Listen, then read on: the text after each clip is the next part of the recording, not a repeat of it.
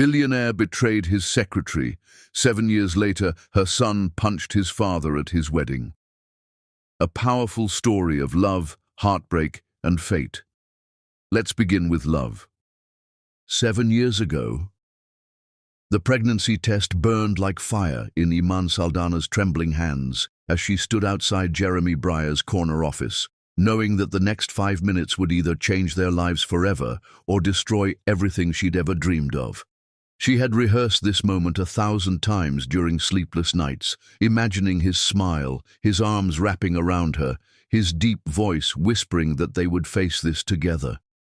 But now, standing before the imposing mahogany door with its gleaming brass nameplate reading Jeremy Breyer's Chief Executive Officer, doubt crept through her chest like ice water. Their relationship had been a secret for 18 months. Stolen kisses in empty conference rooms, weekend getaways to his cabin in the mountains, whispered conversations about a future that seemed as fragile as morning mist. Jeremy had been clear from the beginning. His position as CEO of Breyer's Industries meant they had to be discreet. His father, Camden, would never approve of his son dating the secretary, regardless of how intelligent, beautiful, or devoted she was. Iman understood. She had worked her way up from the mailroom, earning her position through sheer determination and countless overtime hours. She knew how the corporate world worked, how whispers could destroy careers, how a black woman from the wrong side of town would always be seen as reaching above her station. But Jeremy had made her believe that love could overcome all of that.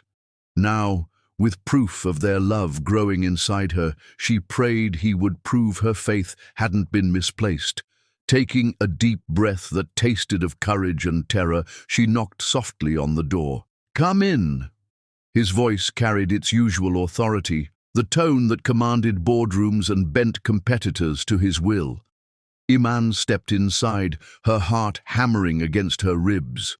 Jeremy sat behind his massive desk, immaculate in his charcoal suit, his dark hair perfectly styled, his green eyes focused on the financial reports spread before him. The Manhattan skyline stretched endlessly beyond the floor-to-ceiling windows, a testament to the empire his family had built over 3 generations. He looked up and smiled, that devastating smile that had first caught her attention during her interview 2 years ago. "Close the door, beautiful. I've been thinking about you all morning." The endearment that usually made her knees weak now felt like a lifeline. She closed the door with shaking fingers and approached his desk, the pregnancy test hidden in her closed fist. "Jeremy, I need to tell you something." Her voice came out smaller than intended, barely above a whisper. His expression shifted, business instincts sharpening as he detected the tremor in her tone. He set down his pen and leaned back in his leather chair, giving her his full attention. "What's wrong? You look pale." This was it, the moment that would define their future. "I'm pregnant." The words hung in the air between them like a bomb waiting to explode. Jeremy's face went completely still, all warmth draining from his features until he looked like a stranger. The silence stretched on for what felt like hours, but was probably only seconds, each one cutting deeper into Iman's heart. When he finally spoke, his voice was ice. "What did you just say?" "I'm pregnant, Jeremy. We're going to have a baby." She placed the test on his desk with trembling fingers, the plus sign clearly visible through the small window. Jeremy stared at the test as if it were a venomous snake, then slowly raised his eyes to meet hers.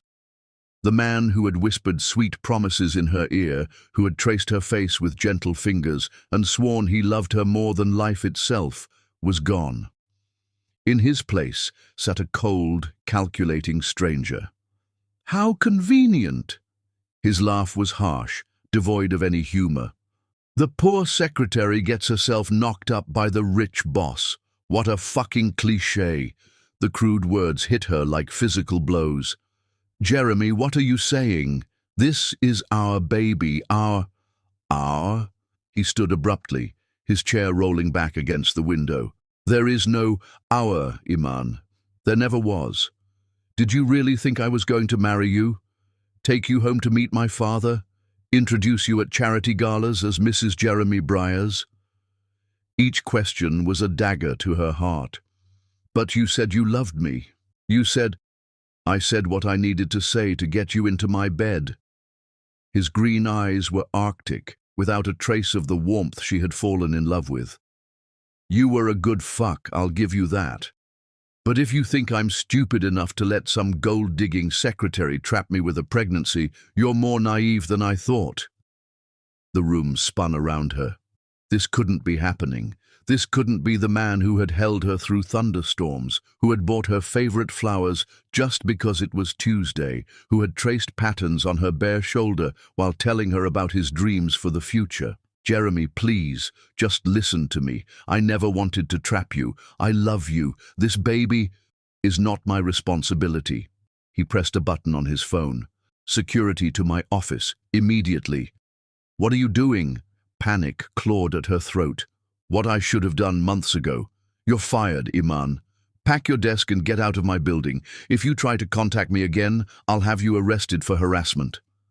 The office door burst open and 2 security guards entered, their faces professionally blank. Behind them hovered Jeremy's assistant, her eyes wide with curiosity and barely concealed excitement at the unfolding drama. Ms. Saldana is no longer employed here, Jeremy said, his voice carrying the absolute authority of his position. Please escort her out. No, wait! Iman stepped toward his desk, desperate to reach the man she knew was still somewhere inside this cold stranger. Jeremy, I'm begging you. Think about what you're doing. This is your child. He didn't even look at her. I don't know what you're talking about. I've never had any kind of personal relationship with this woman. If she's pregnant, she needs to figure out who the real father is. The lie was so brazen, so completely devastating, that for a moment, Iman couldn't breathe. Around them, she could hear whispers from the assistants and junior executives who had gathered in the outer office, drawn by the commotion. Tomorrow, this would be office gossip. By next week, it would be a cautionary tale about secretaries who reached too high. Ma'am, please come with us. One of the guards stepped forward, not unkindly, but with firm resolve. Iman looked at Jeremy one last time, searching his face for any crack in the mask, any sign that the man she loved was still there. But his expression remained carved from stone, his eyes focused on his computer screen, as if she had already ceased to exist. With what remained of her dignity, she straightened her shoulders and walked toward the door. The gathered employees scattered like startled birds, unable to meet her eyes. She could feel their stares burning into her back, could practically hear their thoughts. How pathetic! How could she think someone like Jeremy Briars would want someone like her? At the elevator, she turned back one final time. Through the glass walls of his office, she could see Jeremy still sitting at his desk, working as if nothing had happened, as if he hadn't just destroyed 2 lives with his cruelty. The elevator doors closed and Iman Saldana began her descent, not just to the ground floor, but into a future she would have to face alone. In her purse, the pregnancy test remained, a small plastic witness to the love that had been real, even if only for her. And growing inside her was a piece of Jeremy Briars that he could deny, but that would always, always be part of him. She had loved a man who didn't exist. But the baby she carried was real, and that child would know love, even if their father never would. Chapter 2. 7 years later. The alarm clock's shrill cry pierced through Iman's dreams at 4:30 in the morning, dragging her from the only peace she knew, those precious few hours when she could forget that her life had become a relentless battle for survival. She silenced the alarm quickly, not wanting to wake Ben, and slipped from the narrow bed they shared in their 1-bedroom apartment. The floorboards creaked under her feet, a symphony of poverty that had become the soundtrack to their lives. Through the thin walls, she could hear Mrs. Chen arguing with her husband in rapid Mandarin, the Hendersons' baby crying, and the distant thrum of traffic already building on the highway that bordered their rundown complex. This wasn't the life she had planned, but it was the life she had built from ashes. Iman moved silently through their tiny kitchen, careful not to wake her son. The coffee maker was ancient, a thrift store find that took forever to brew but was all she could afford. While she waited, she studied the bills scattered across their small table like fallen leaves. Rent, utilities, groceries, Ben's school supplies, the numbers never seemed to add up right, no matter how many times she shuffled them around. At 5:15, she kissed Ben's forehead gently and left for her first job of the day. The city was beautiful at dawn, she had discovered. Before the heat and humidity of summer could settle in, before the streets filled with traffic and frustration, there was a moment when everything felt possible. She walked 8 blocks to the office building where she cleaned offices for executives who earned more in a month than she made in a year. Her supervisor, Mrs. Rodriguez, was already there, her kind face creased with concern. "Mija, you look tired. Are you eating enough?" "I'm fine, Mrs. Rodriguez." The lie came easily now, as natural as breathing. Iman had learned to wear survival like armor, to smile when her heart was breaking, to stand tall when everything inside her wanted to collapse. The work was hard but honest. She scrubbed toilets, emptied trash cans, and vacuumed carpets in offices that looked remarkably similar to the one where her life had imploded 7 years ago. Sometimes, when she was alone in a corner office with floor-to-ceiling windows and a mahogany desk, the memories would creep in like unwelcome ghosts. But she had learned to push them down, to focus on the task at hand. By 9 o'clock, she was rushing to her second job at Riverside Diner, where she waited tables during the breakfast and lunch rush. The work was exhausting, but the tips were better than the office cleaning, and sometimes customers left behind newspapers that she could take home to Ben. "Order up!" Jimmy the cook slid 2 plates across the pass. "Table 6 is asking for extra syrup again." Iman smiled and grabbed the syrup, weaving between tables filled with construction workers, office employees, and retirees who made their coffee last for hours. She had learned to read people quickly, who would tip well, who would complain, who just needed someone to listen for a moment. At table 6 sat Mr. Washington, an elderly man who came in every Tuesday and Thursday. He always ordered the same thing: 2 eggs over easy, wheat toast, and black coffee, and he always asked about Ben. "How's that boy of yours doing in school?" he asked as she refilled his coffee. "He's doing wonderful. Made honor roll again." Pride filled her voice. Despite everything, the cramped apartment, the financial struggles, the nights when she went to bed hungry so he could have seconds, Ben was thriving. He was smart, curious, and had a sense of justice that sometimes worried her. "You're raising a good boy," Mr. Washington said, leaving a $5 tip on a $7 meal. "Don't you ever forget that." By 2:30, Iman was at her third job, stocking shelves at Metro Grocery. Her feet ached, her back protested, but she kept moving. Every hour worked was another step toward security, another small victory against the poverty that threatened to swallow them whole. The grocery store manager, Derek, was young and eager, the kind of boss who tried to be everyone's friend. "Iman, I've got good news. Corporate approved your request for more hours. You can start working Sunday mornings too." More hours meant more money, but it also meant less time with Ben, the eternal trade-off of single motherhood, time for money, presence for provisions. "Thank you, Derek. I appreciate it."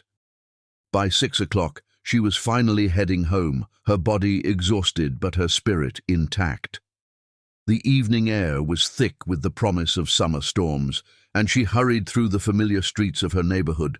It wasn't safe after dark, but it was home.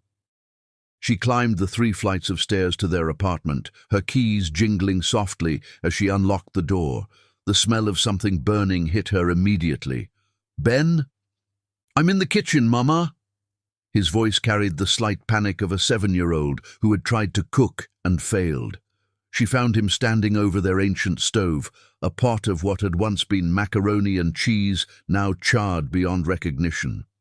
His dark hair, so much like hers, was messy, and his school clothes were splattered with orange cheese sauce.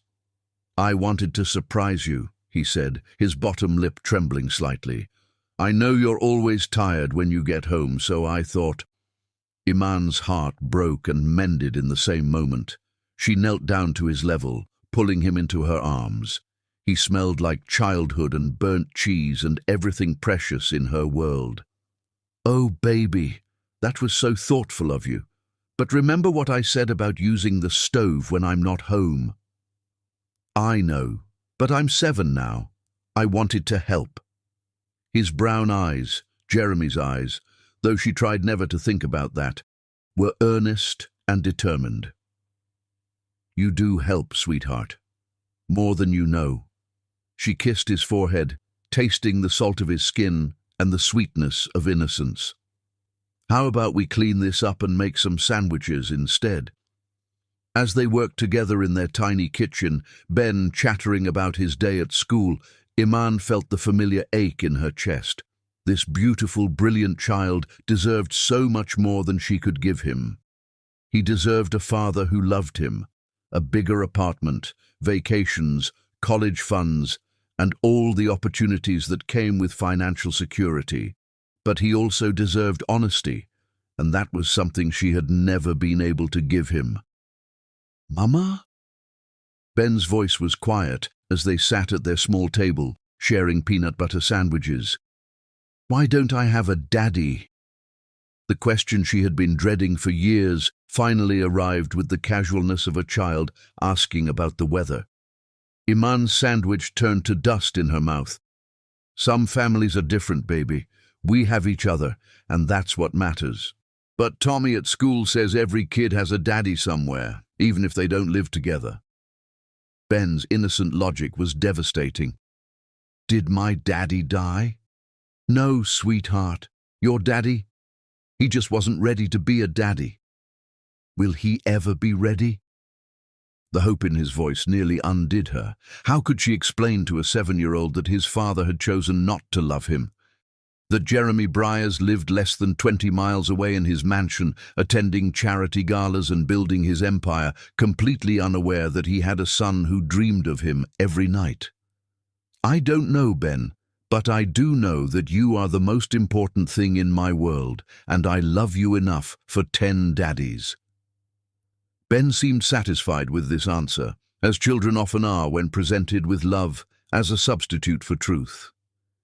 But Iman saw the questions lingering in his eyes, and she knew that her carefully constructed world of omissions was beginning to crack. Later that evening, after Ben had fallen asleep clutching his favorite book about space exploration, Iman sat in their tiny living room and allowed herself 5 minutes of weakness. 5 minutes to remember what it felt like to be loved, to dream of a different life, to wonder what Jeremy would think if he could see the remarkable child they had created. Her phone buzzed with a text from her best friend Keisha. "Girl, did you see the news? Your ex-boss is getting married this weekend. Big society wedding, the whole thing makes me sick." Iman stared at the message until the words blurred together. Jeremy was getting married. Of course he was. To someone appropriate, someone from his world, someone who would never be accused of trying to trap him. She deleted the message without responding and checked on Ben one more time. He slept peacefully, his face relaxed in the way that only children could achieve. Tomorrow would bring new challenges, new struggles, new small victories. But tonight, in the quiet darkness of their small apartment, she allowed herself to hope that somehow, someday, her love would be enough to give him the life he deserved. Outside their window, the city hummed with 8 million dreams, and Iman Saldana dared to believe that hers might still come true. Chapter 3. The Wedding Crasher.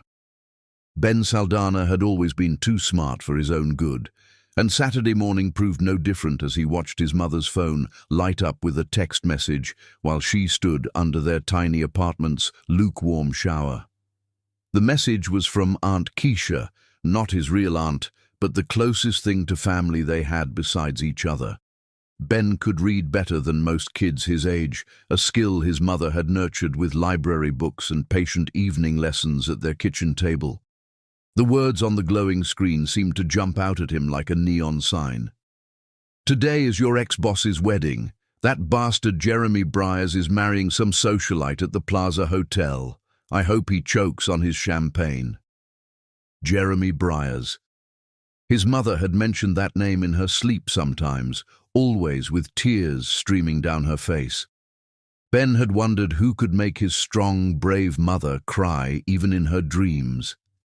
His 7-year-old mind worked with the relentless logic of childhood, connecting dots that adults often missed. His mother had worked for this Jeremy person. She cried about him. She had told Ben that his daddy wasn't ready to be a daddy, and now this man was getting married at the fanciest hotel in the city. Ben's small hands trembled as he set the phone back exactly where his mother had left it. The shower was still running, which meant he had maybe 5 minutes before she noticed he was gone. He pulled on his best clothes, the navy blue pants and white shirt that Aunt Keisha had bought him for school pictures. If he was going to meet his father, he wanted to look nice. Maybe if his daddy saw how good he was, how smart and well-behaved, he might want to be his daddy after all. The Plaza Hotel wasn't far. He had seen it on their walks through the city when his mother would point out the pretty buildings and tell him stories about the people who might live there. Ben had always been good with directions, another trait his mother had proudly nurtured, and he knew exactly which bus to take. The coins from his piggy bank, money he had been saving for a birthday present for his mother, jingled in his pocket as he slipped out of their apartment building. Mrs. Chen was watering her plants on the fire escape and called out to him, but Ben was already running down the street, his heart pounding with determination and terror. The bus ride seemed to take forever. Ben sat pressed against the window, watching the city change around him as they traveled from his neighborhood of chain-link fences and corner stores to a world of gleaming towers and doormen in fancy uniforms. With each passing block, the buildings grew taller, the cars more expensive, the people more polished. The Plaza Hotel rose before him like a castle from one of his storybooks, all golden stone and arching windows. Ben had never seen anything so grand, so impossibly beautiful. Cars that cost more than his mother made in a year were lined up outside, and men in black suits were helping women in flowing dresses step onto a red carpet that led to the main entrance. This was his father's world. This was where he belonged. Ben approached the hotel with the fearless confidence that only children possess. The doorman, resplendent in his gold-braided uniform, looked down at the small boy with surprise. "Excuse me, young man. Are you here with someone?" "I'm here for the wedding," Ben said, lifting his chin with dignity that would have made his mother proud. "I'm supposed to be there." The doorman's expression softened. Perhaps he assumed Ben was a ring-bearer running late, or the son of a wedding guest. In his pressed clothes and polite manner, Ben looked exactly like the kind of child who would be welcome at such an event. "The ceremony is in the grand ballroom, son. Follow the signs." Ben walked through the hotel lobby with wide eyes, taking in the crystal chandeliers, the marble floors, the massive flower arrangements that probably cost more than his mother's monthly rent. Everywhere he looked, he saw wealth beyond his imagination, women dripping with diamonds, men in tuxedos that fit like second skins, children his own age dressed like little adults and clutching the hands of nannies. The signs to the grand ballroom were easy to follow, and as Ben got closer, he could hear the soft strains of classical music and the low murmur of hundreds of voices. His heart began to race. In just a few minutes, he would finally meet his father. The grand ballroom was the most beautiful thing Ben had ever seen. Thousands of white flowers cascaded from the ceiling, and golden chairs were arranged in perfect rows, facing an altar that looked like something from a fairy tale. The guests were seated, their faces turned expectantly toward the front of the room. And there, standing at the altar in a black tuxedo, was a man who looked exactly like Ben would look when he grew up. Jeremy Briars was tall and handsome, with dark hair and eyes that Ben recognized from his own reflection. The resemblance was unmistakable, undeniable, overwhelming. This was his father. This was the man who had made his mother cry, who had never wanted to meet him, who had chosen this moment, his wedding day, to prove that Ben didn't matter. The wedding march began to play, and the guests rose to their feet. A woman in the most beautiful white dress Ben had ever seen began walking down the aisle, her face radiant with joy. She was pretty and blonde and looked like the kind of person who belonged in this golden world. She looked like everything his mother was not. Rage filled Ben's small chest, hot and pure and righteous. His mother worked 3 jobs to feed them. She went to bed hungry so he could eat.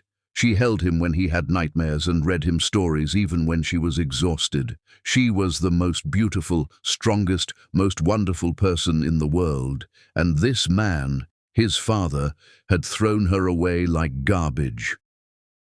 The bride reached the altar, and Jeremy Briars smiled down at her with a tenderness that made Ben's heart crack in two. His father was capable of love. He just hadn't wanted to love Ben or his mother. The minister began to speak, but Ben barely heard the words. His vision had narrowed to a tunnel focused on the man at the altar, the man who should have been his daddy, who should have been there for bedtime stories and scraped knees and school plays. If anyone has any reason why these two should not be wed, speak now or forever hold your peace. The words rang out in the sudden silence, and Ben felt as if the universe had just given him permission. He began walking down the aisle. 300 guests turned to stare at the small boy in his carefully pressed clothes, his chin raised with determination, his brown eyes, Jeremy's eyes, blazing with purpose. Whispers rippled through the crowd like water, but Ben heard nothing except the thundering of his own heart. Jeremy saw him coming. Ben watched his father's face change from confusion to recognition, to something that might have been fear. The bride looked between them, her smile faltering as she saw the unmistakable resemblance. Ben reached the altar and stopped directly in front of Jeremy Briars, looking up at the man who had shaped his entire life through his absence. "You're my daddy," Ben said, his voice carrying clearly through the stunned silence. "And you left my mama when she needed you most." Jeremy's mouth opened and closed like a fish out of water. "I don't know what you're talking about. Security." But Ben wasn't finished. 7 years of questions, of wondering why he wasn't good enough to love, of watching his mother struggle and sacrifice, had built up inside him like a dam about to burst. "You betrayed my mother!" Ben shouted, his child's voice cutting through the ornate ballroom like a sword. "You broke her heart and you made her cry, and you never even wanted to know me." The bride stumbled backward, her bouquet falling to the marble floor. "Jeremy, what is this? Who is this child?" Ben turned to look at her, this stranger who was trying to take his father away forever. "He's my real father. His name is Jeremy Briars, and he's a liar and a coward." The gasps from the audience were audible now, a wave of shock rolling through the assembled guests. Phones were appearing, cameras clicking, social media posts being crafted in real time. This wasn't just a wedding anymore. It was a scandal. Jeremy reached for Ben's arm, but the boy was quicker, fueled by righteous anger and desperation. Ben drew back his small fist and punched Jeremy Briars as hard as he could, right in the stomach. "I will never leave you alone," Ben cried as Jeremy doubled over, more from shock than pain. "You can't pretend I don't exist anymore." Security guards were rushing forward now, but they seemed uncertain how to handle a 7-year-old boy who was clearly in distress. The bride was crying, her perfect makeup running in black streams down her cheeks. Guests were standing, reaching for their phones, whispering frantically to each other. And through it all, Jeremy Briers stared down at the small boy who had just destroyed his wedding, seeing his own face reflected back at him in miniature. "Ben! Ben!" The voice cut through the chaos like a lifeline. Ben turned to see his mother racing down the aisle, her face a mask of panic and terror. She had never looked more beautiful to him, even though she was wearing her old work clothes and her hair was disheveled from running. "Don't touch him!" Iman cried as the security guards moved toward her son. "He's just a baby!" She reached Ben and swept him into her arms, holding him protectively against her chest. Her eyes met Jeremy's across the ruined altar, and 7 years of pain and anger and love passed between them in a single glance. "Hello, Jeremy," she said quietly, her voice steady despite the chaos around them. "I think it's time you met your son." Chapter 4. Shattered Ceremony. The silence that followed Iman's words was deafening, broken only by the soft weeping of the bride and the distant clicking of camera phones capturing the most spectacular wedding disaster in Plaza Hotel history.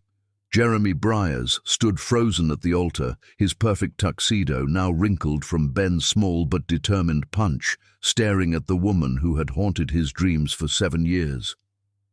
Iman looked exactly the same, yet completely different, still beautiful, still possessing that quiet dignity that had first captured his attention, but now there was steel in her spine and fire in her eyes that hadn't been there before.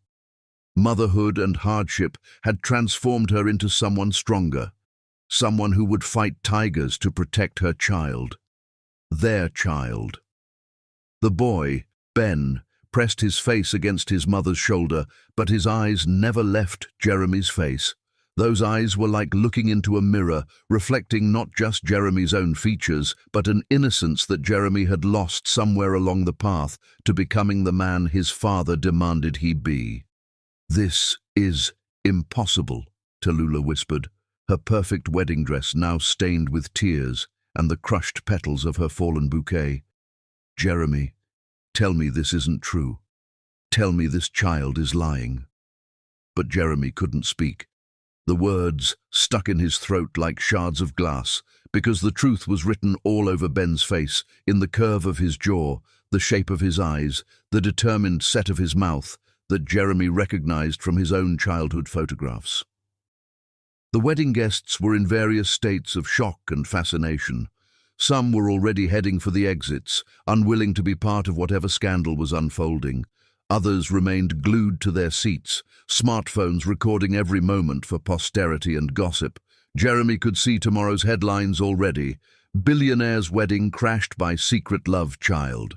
"Security, please escort these people out," Jeremy finally managed, his CEO training kicking in. "When in crisis, take control, limit damage, protect the brand."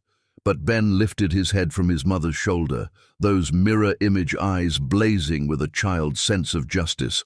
"No, I won't go. You can't keep pretending I don't exist." "Son," Jeremy started, then stopped, the word feeling foreign on his tongue. "I'm not your son," Ben shouted, his small voice echoing through the ballroom. "Sons get to live with their daddies. Sons get birthday presents and bedtime stories and help with homework. I'm just the kid you threw away."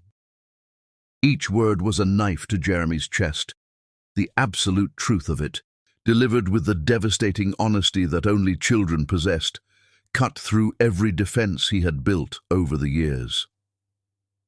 Iman's arms tightened protectively around Ben. "That's enough," she said quietly, but her voice carried to every corner of the silent ballroom. "We didn't come here to hurt anyone. We just—" She looked directly at Jeremy, and he saw 7 years of struggle in her face, 7 years of raising their child alone. He just wanted to meet his father. "I wanted to know why you didn't want me," Ben added, his voice smaller now, more vulnerable. "Mama says you weren't ready to be a daddy, but I thought maybe if you saw me." The innocence of it broke Jeremy's heart. This beautiful child had come here with hope, believing that if his father just met him, just saw how good he was, everything would change. Tallulah was backing away from the altar, her designer heels clicking on the marble floor. "I can't do this," she whispered. "Jeremy, I can't marry you. Not like this. Not with them here." "Tallulah, wait." But she was already running, her wedding dress trailing behind her like a white flag of surrender. Her bridesmaids followed in a flurry of silk and confusion, leaving Jeremy standing alone at the altar that had been meant to unite him with his future.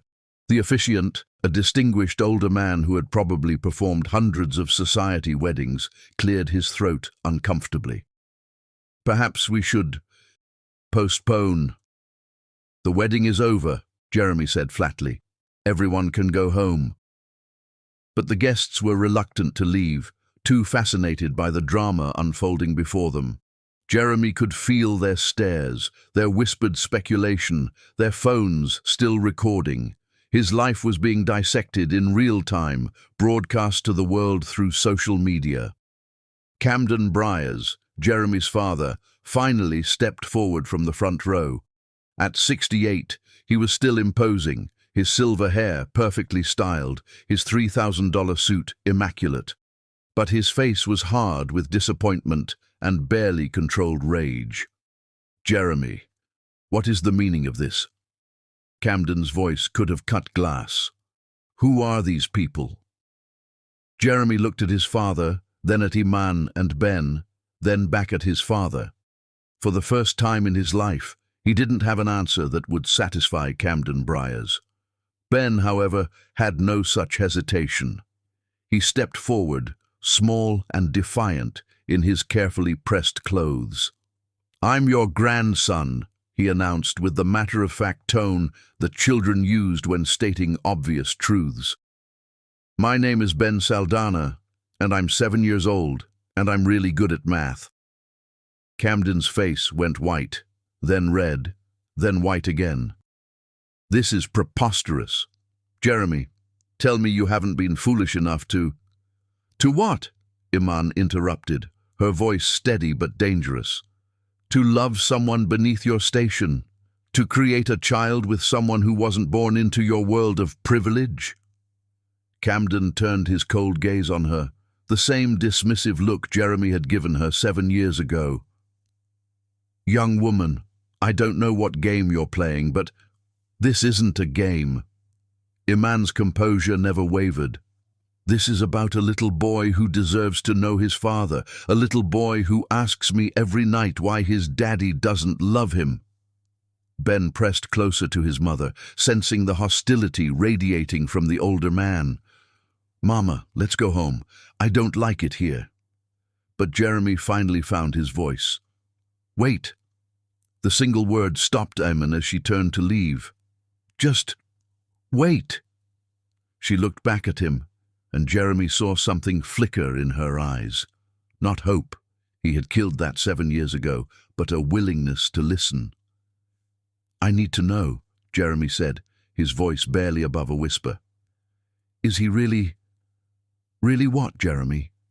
Really your son?" Iman's laugh was bitter. "Look at him. Look at his face, and tell me what you see." Jeremy looked, really looked. The resemblance was undeniable. It was like staring at photographs of himself as a child. Same dark hair, same brown eyes, same stubborn set to the jaw. But there was something else, something that was purely Iman, a gentleness, a warmth that Jeremy had never possessed even as a child. "He has your eyes." Tallulah's voice came from behind them. She had returned, her wedding dress now wrinkled, her makeup streaked with tears. "I always wondered why you looked so sad sometimes, Jeremy. Now I know." Jeremy turned to face his former bride. "Tallulah, I can explain." "Can you?" She approached slowly, her heels echoing in the now quiet ballroom. Most of the guests had finally left, unable to bear witness to the complete destruction of what was supposed to be the social event of the season. "Can you explain how you had a child with another woman and never told me? Can you explain how you let that little boy grow up without his father?" "I didn't know." "Yes, you did. Iman's voice cut through his lie. I told you I was pregnant. I begged you to listen. You had me escorted out by security and told everyone I was lying. The memories crashed over Jeremy like a tidal wave. He remembered that day, remembered the fear that had gripped him when Iman had placed that pregnancy test on his desk. Fear of his father's disapproval, fear of how it would look to the board of directors, fear of changing the carefully planned trajectory of his life. So he had done what he always did when faced with something that didn't fit into his world. He had destroyed it. Ben was watching this exchange with the intense focus that children brought to adult conversations they didn't fully understand but knew were important. "Mama," he whispered, "is the pretty lady mad at my daddy?" Tallulah's expression softened as she looked down at the little boy. "No, sweetheart, I'm not mad at you. You didn't do anything wrong." "But I ruined your wedding," Ben said, his lower lip trembling. "I didn't mean to make you cry." And suddenly, Tallulah was kneeling in her $1,000 wedding dress, taking Ben's small hands in her perfectly manicured ones. "Oh, honey, you didn't ruin anything. Sometimes grown-ups make promises they can't keep, and it's not your fault when things fall apart." Jeremy watched this interaction with growing amazement.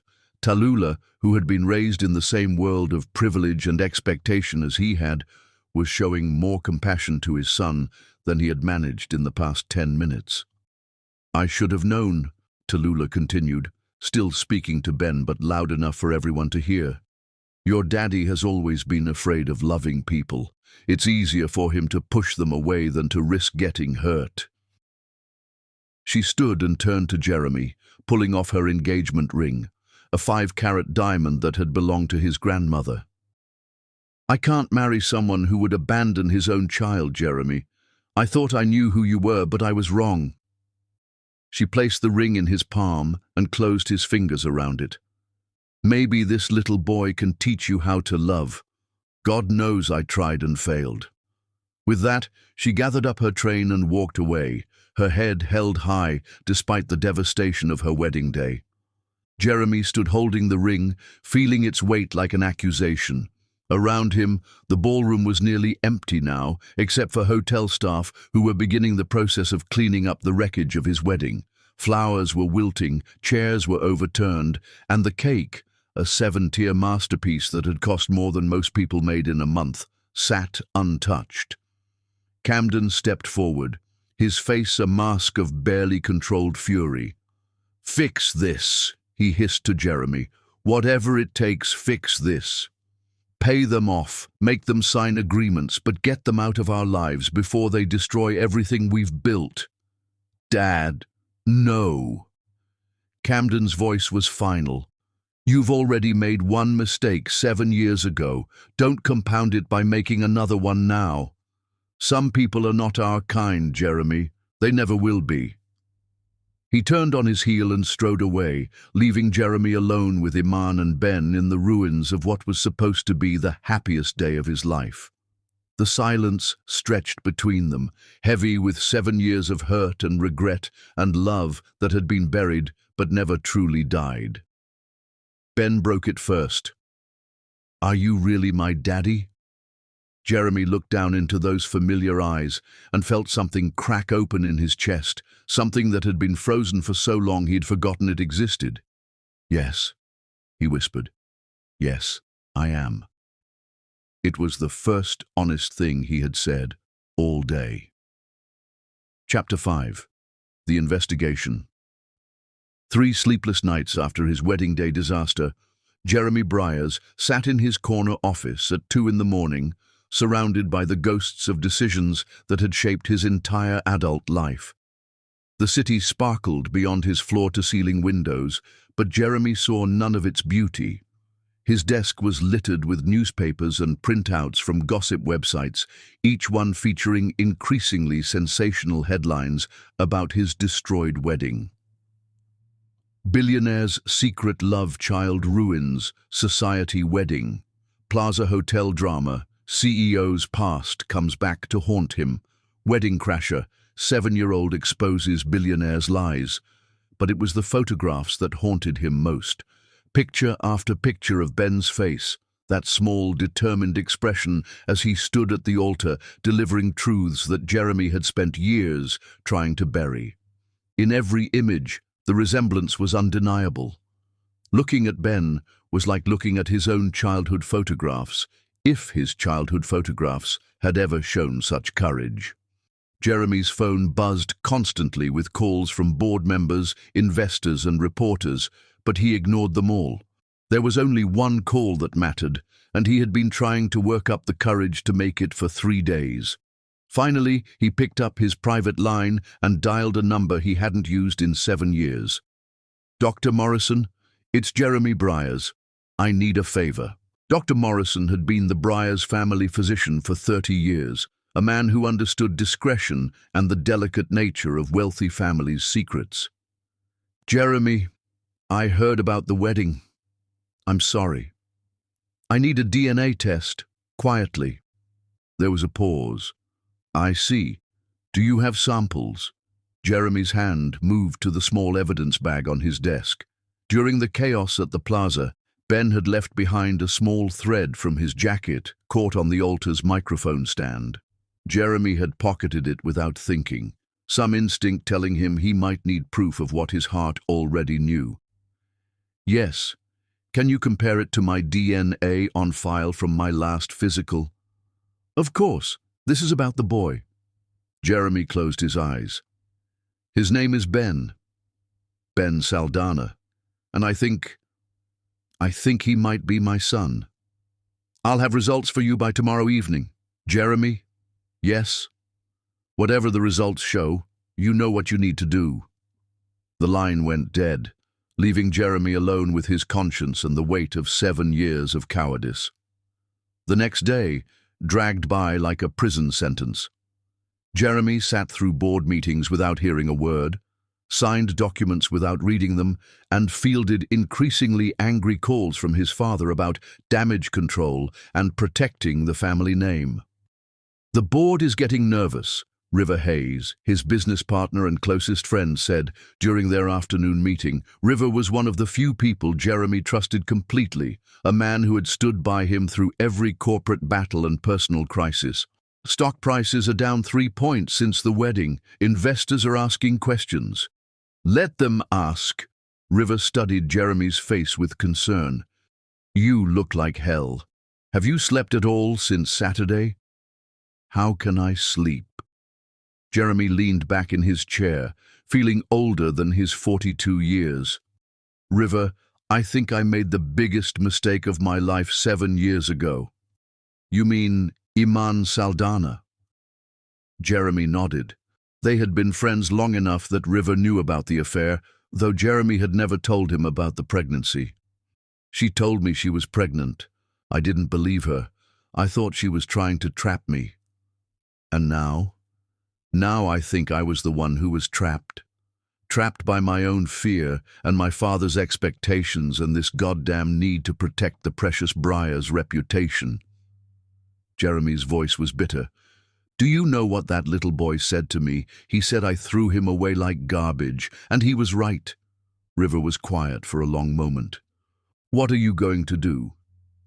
Before Jeremy could answer, his secretary's voice came through the intercom. "Mr. Briers, Dr. Morrison is here to see you."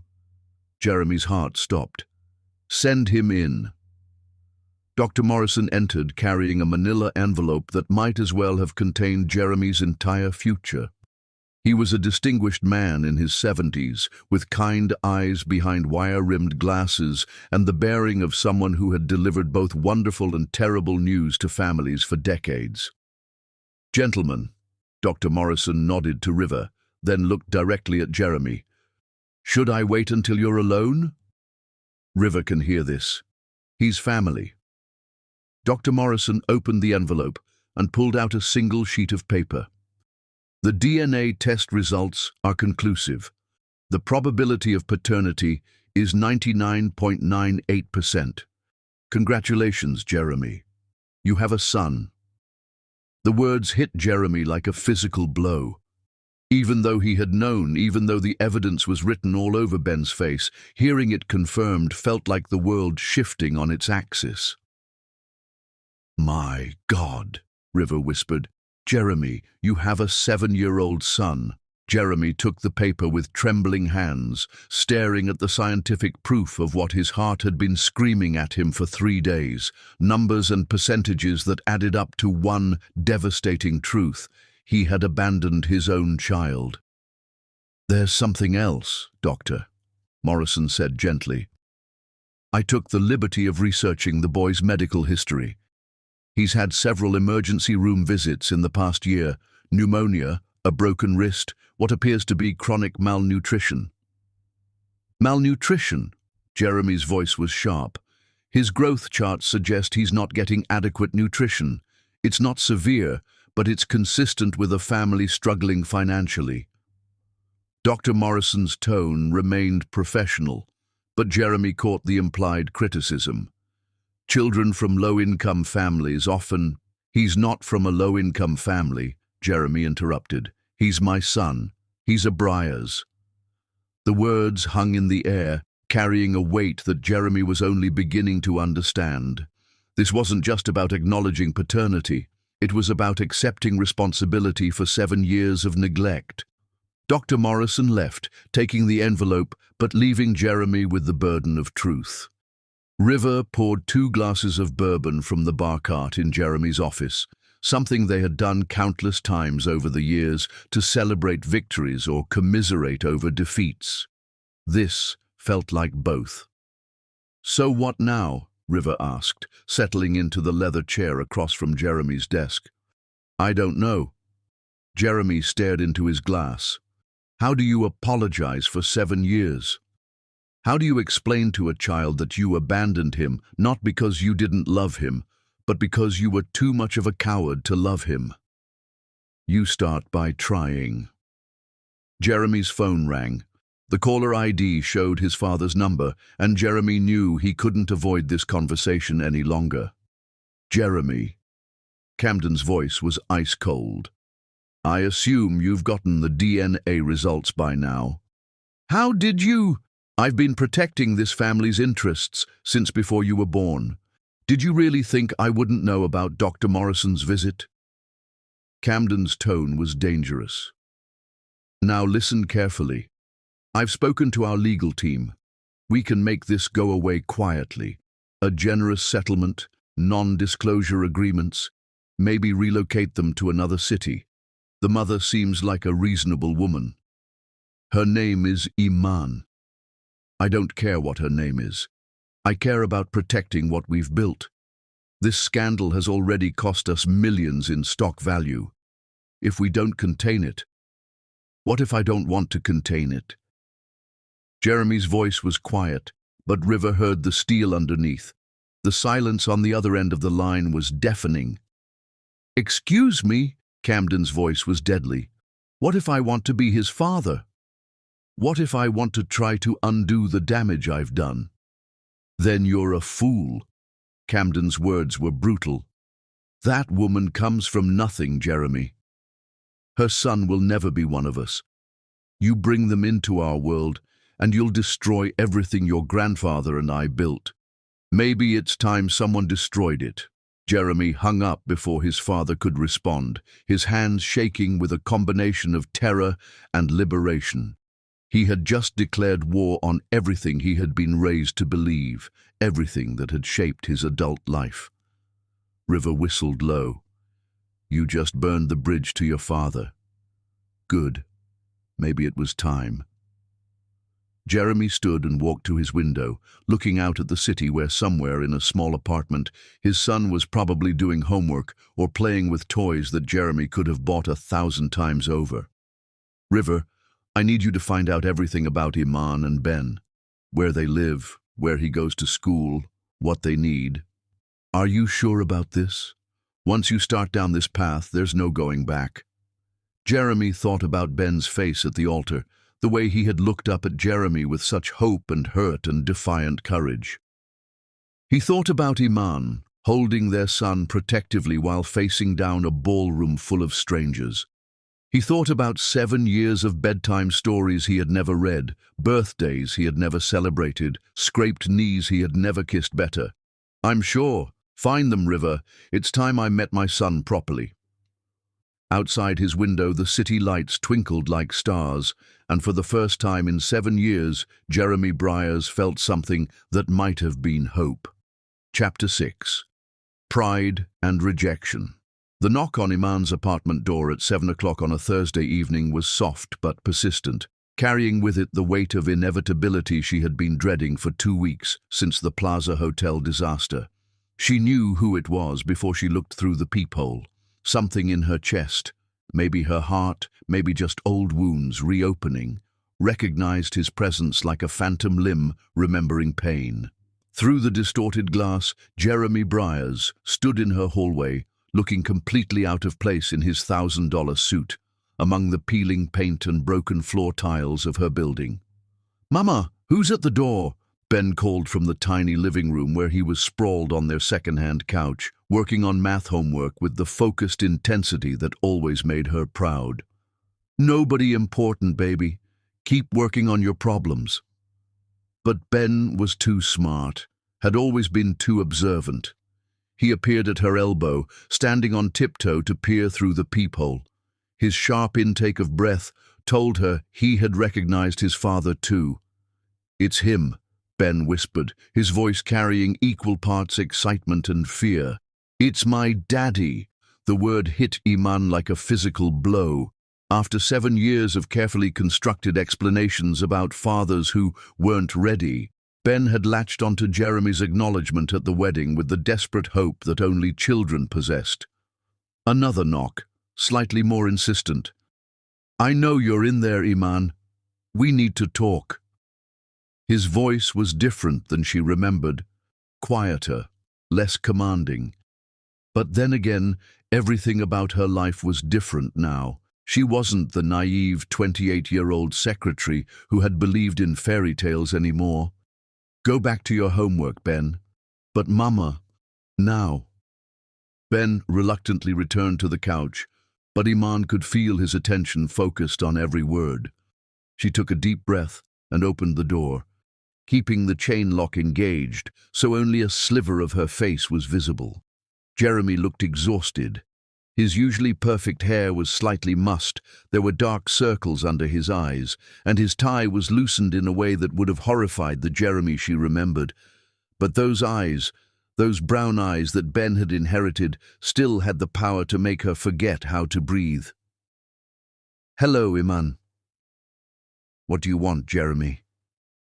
He held up a manila envelope, thick with what looked like legal documents. "I want to help. I want to make things right. 7 years too late for that. I know, God, I know how this looks, but please, just let me in. Let me talk to Ben." "Talk to him?" Iman's voice rose despite her efforts to stay calm. "Now you want to talk to him? After you denied his existence in front of 300 people? I was wrong. I was scared and stupid and wrong, and I'm trying to fix it." Behind her, she heard Ben's pencil stop moving across his homework page. Every word of this conversation was being absorbed by ears that were too young to understand adult failures, but old enough to recognize pain.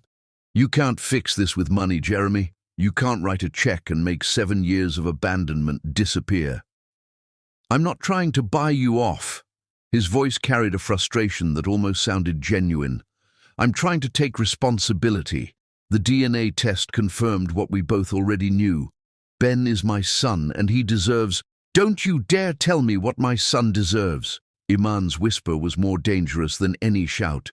"Where were you when he had pneumonia and I couldn't afford the hospital bills? Where were you when he broke his wrist falling off the playground equipment at his underfunded school? Where were you during the nights he cried because other kids made fun of him for not having a father?"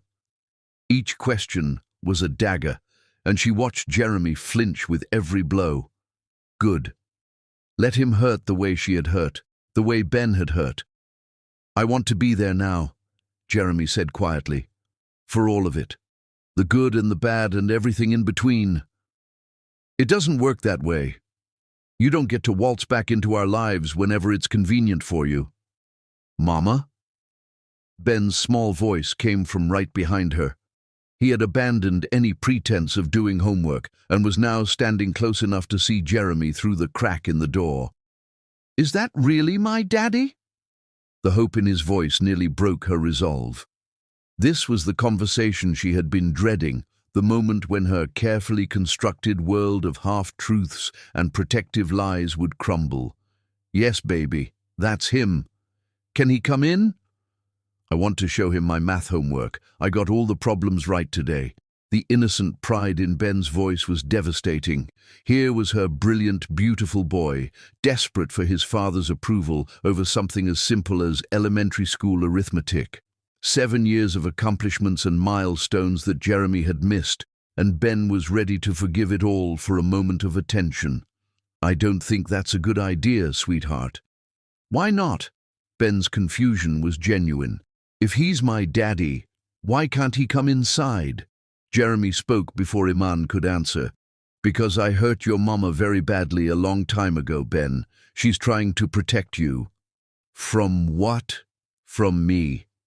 The honesty of it surprised Iman. The Jeremy she remembered would have made excuses, would have found ways to shift blame or minimize his role in their destruction. This admission of culpability was something new. "I don't understand," Ben said, his 7-year-old mind struggling with the complexities of adult failures. "If you're sorry, can't Mama forgive you? That's what she always tells me to do when I make mistakes. Out of the mouths of babes." Iman felt tears prick at her eyes, but she forced them back. She had cried enough over Jeremy Briers to last several lifetimes. "Some mistakes are bigger than others, baby." "How big was his mistake?" Jeremy answered before she could. "The biggest mistake anyone could ever make. I had the most precious thing in the world, and I threw it away because I was afraid." "Afraid of what?" "Afraid of loving you and your mama the way you deserve to be loved." Ben processed this with the serious concentration he applied to everything important. "Are you still afraid?" "Terrified," Jeremy admitted. "But I'm more afraid of losing you both forever." Iman wanted to hate how easily he said the right words, how naturally the charm flowed, even when he was supposedly being honest. But something in his voice, some quality she didn't remember from before, made her hesitate. "Please, Iman, just let me try. Let me prove that I've changed." "People don't change, Jeremy." "Not really, and I won't let you break his heart the way you broke mine." She started to close the door, but Ben's small hand stopped her. "Mama, can I just talk to him for a minute? Please." The desperate hope in her son's eyes was her undoing. Against every instinct screaming at her to protect him, she unlatched the chain and opened the door wider. Jeremy stepped into their tiny apartment, and immediately the space felt smaller, more cramped. He was too big for their world, too polished, too expensive. His suit probably cost more than she made in 6 months, and his presence was a stark reminder of the vast gulf between their lives. Ben, however, seemed oblivious to any disparity. He looked up at Jeremy with stars in his eyes, seeing only the father he had dreamed of for 7 years. "Do you want to see my room?" Ben asked. "I have a poster of the solar system, and I know all the planets in order." "I would love to see your room," Jeremy said, his voice surprisingly gentle. As they walked toward the back of the apartment, Iman heard Jeremy's sharp intake of breath. She knew what he was seeing, the single bed that she and Ben shared, the milk crates serving as a dresser, the toys that were clearly second-hand but carefully maintained. Their poverty was laid bare, impossible to hide or disguise. Ben proudly showed Jeremy his space shuttle models made from cardboard and his collection of library books about astronomy. "I want to be an astronaut when I grow up," he announced. "Mama says I'm smart enough to do anything I want." "Your mama is right," Jeremy said, and Iman was surprised by the thickness in his voice. "You are incredibly smart. Are you proud of me?" The question hung in the air like a prayer. Iman watched Jeremy's face crumble, watched 7 years of regret and pain wash over his features. "I am so proud of you, Ben, and I'm so sorry I wasn't here to tell you that every single day." Ben beamed, and in that moment, Iman saw her carefully constructed walls beginning to crack. This was exactly what she had been afraid of. Ben's innocent willingness to forgive, to hope, to love unconditionally. When they returned to the living room, Jeremy reached for the envelope he had brought. "I know you don't want my money," he said to Iman, "but please, at least let me help with his medical bills, his education, whatever he needs.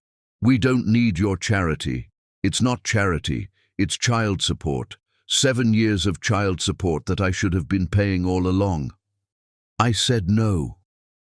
The firmness in her voice brooked no argument, but Jeremy pressed on anyway. "Iman, be reasonable. He deserves a father who wanted him from the beginning. Since you can't give him that, we'll manage just fine without you. But I want to be his father now. Now isn't good enough." She walked to the door and opened it, her message clear. Jeremy looked at Ben one more time, his face full of longing and regret. "I'll be back," he said quietly. "Don't." But even as she said the word, Iman knew it was futile.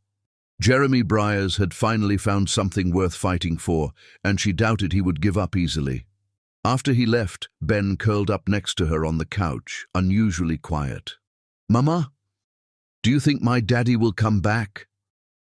Iman pulled her son close, breathing in the scent of his hair and the innocence that she was fighting so hard to protect. "I don't know, baby. I honestly don't know." But in her heart she feared she did know, and that terrified her more than poverty, more than struggle, more than anything else in her carefully rebuilt world. Chapter 7. The Breaking Point. The call came at 11:47 on a Tuesday morning while Iman was elbow-deep in industrial-strength cleaning solution at the Meridian office complex, her hands raw from scrubbing executive bathrooms that gleamed like mirrors but never quite felt clean enough. "Ms. Saldana?" The voice on her cell phone was crisp, professional, tinged with the kind of controlled urgency that made her blood turn to ice. "This is Nurse Patterson from Lincoln Elementary. We need you to come to the school immediately." Ben collapsed in his classroom. The world tilted sideways. Iman's knees hit the bathroom floor, industrial cleaner soaking through her uniform pants, but she felt nothing except the roar of panic in her ears. "What do you mean collapsed? What happened? He's conscious now, but he has a high fever and he's been vomiting. We've called an ambulance. Which hospital would you prefer?" Hospital. The word that struck terror into the heart of every uninsured parent in America. The place where they would ask for insurance cards she didn't have and demand payments she couldn't make, where they would save her son's life and then financially destroy hers in the process. "I'll meet you at General Hospital," she managed, her voice sounding like it belonged to someone else. "Tell him Mama's coming. Tell him I'm on my way." She ran from that bathroom like a woman on fire, abandoning her cleaning cart, her responsibilities, probably her job. Mrs. Rodriguez called after her, but Iman couldn't stop, couldn't explain, couldn't do anything except get to her baby. The bus ride to the hospital was the longest 23 minutes of her life. She stared out the window at the city rushing by, her hands clasped so tightly in her lap that her knuckles had gone white. Ben had been tired lately, picking at his food, complaining of headaches that she had attributed to stress from the wedding incident 2 weeks ago. How had she missed that he was really sick? Because you're working 3 jobs and you're exhausted and you can't be everything to everyone all the time, a voice in her head whispered. But the guilt was already eating her alive. What kind of mother misses her child getting seriously ill? General Hospital's emergency room was a study in controlled chaos. People clutching injuries, children crying, the omnipresent smell of disinfectant mixing with fear and pain. Iman rushed to the reception desk, her heart hammering so hard she could barely speak. My son, Ben Saldana. He was brought in by ambulance from Lincoln Elementary. Room 304, the receptionist said, without looking up from her computer. Take the elevator to the 3rd floor. Turn right. Iman ran. She ran through corridors lined with wheelchairs and gurneys, past other families dealing with their own crises, following the room numbers until she found 304. She burst through the door and stopped short. Jeremy was there. He sat beside Ben's hospital bed, holding their son's small hand in both of his, murmuring something too quiet for her to hear. Ben was awake but pale, an IV line snaking from his thin arm to a bag of fluids hanging beside the bed. He looked so small in the hospital gown, so fragile and young, that Iman's chest tightened with protective fury. "What are you doing here?" The words came out harsher than she intended, sharpened by panic and the sight of Jeremy in her space, in her crisis. Jeremy looked up, his face haggard with worry. "The school called me too. I'm listed as his father on the emergency contact form." "What? No, you're not. I had my lawyer contact the school yesterday," Jeremy said quietly, not releasing Ben's hand. "I wanted to make sure that if something happened, if you couldn't be reached, he wouldn't be alone." The presumption of it, the arrogance of making decisions about her son without consulting her, should have made her furious. But looking at Ben's face, the way he was gazing up at Jeremy like he was seeing salvation itself, she couldn't find the energy for anger. "Mama!" Ben's voice was hoarse but relieved. "You came!" "Of course I came, baby." She rushed to his other side, smoothing his hair back from his feverish forehead. "How are you feeling?" "Better now that you and Daddy are both here." "Daddy?" The word hit her like a physical blow. When had Ben started calling Jeremy that? When had this man who had denied his existence for 7 years become Daddy in her son's mind? A doctor appeared in the doorway.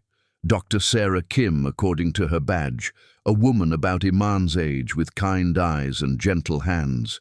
"Ms. Saldana, I'm glad you're here. Ben has been asking for you." "What's wrong with him?" Iman's voice was tight with fear. Dr. Kim glanced at Jeremy, then back at Iman. "I need to speak with Ben's legal guardian about his condition."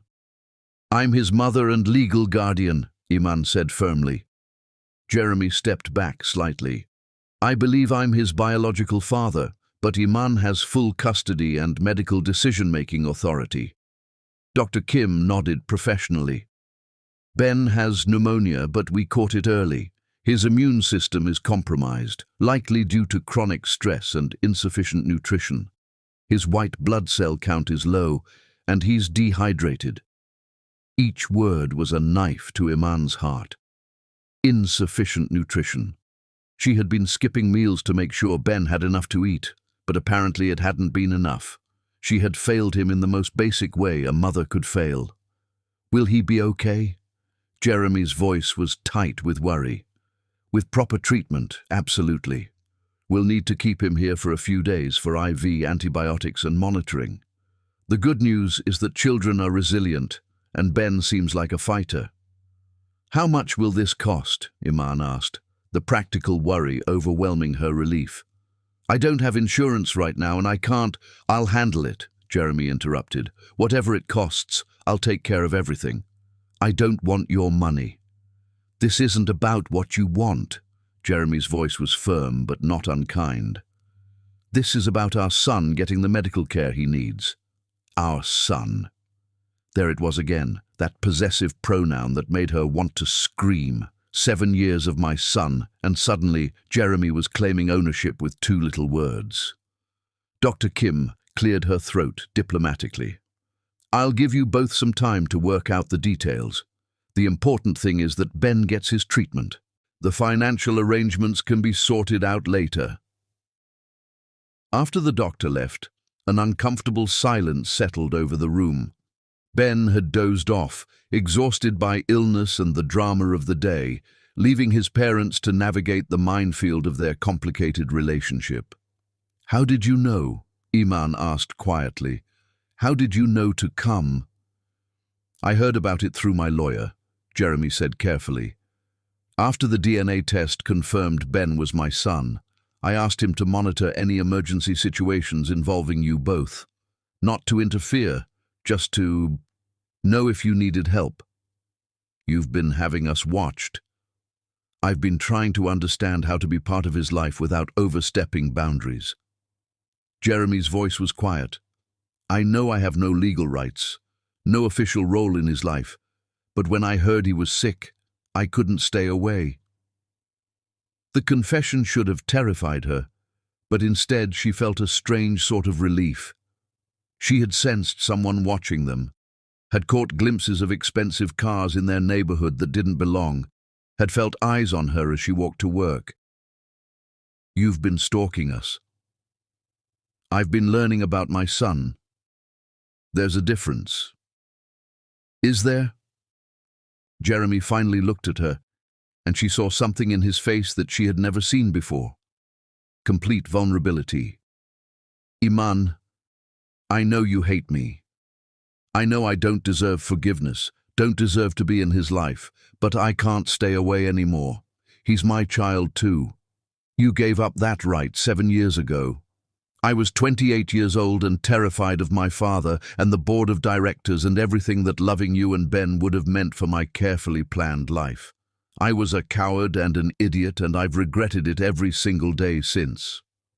Regret doesn't give you 7 years back. No, it doesn't, but maybe it can give us a future. Ben stirred in his sleep, making a small sound of distress.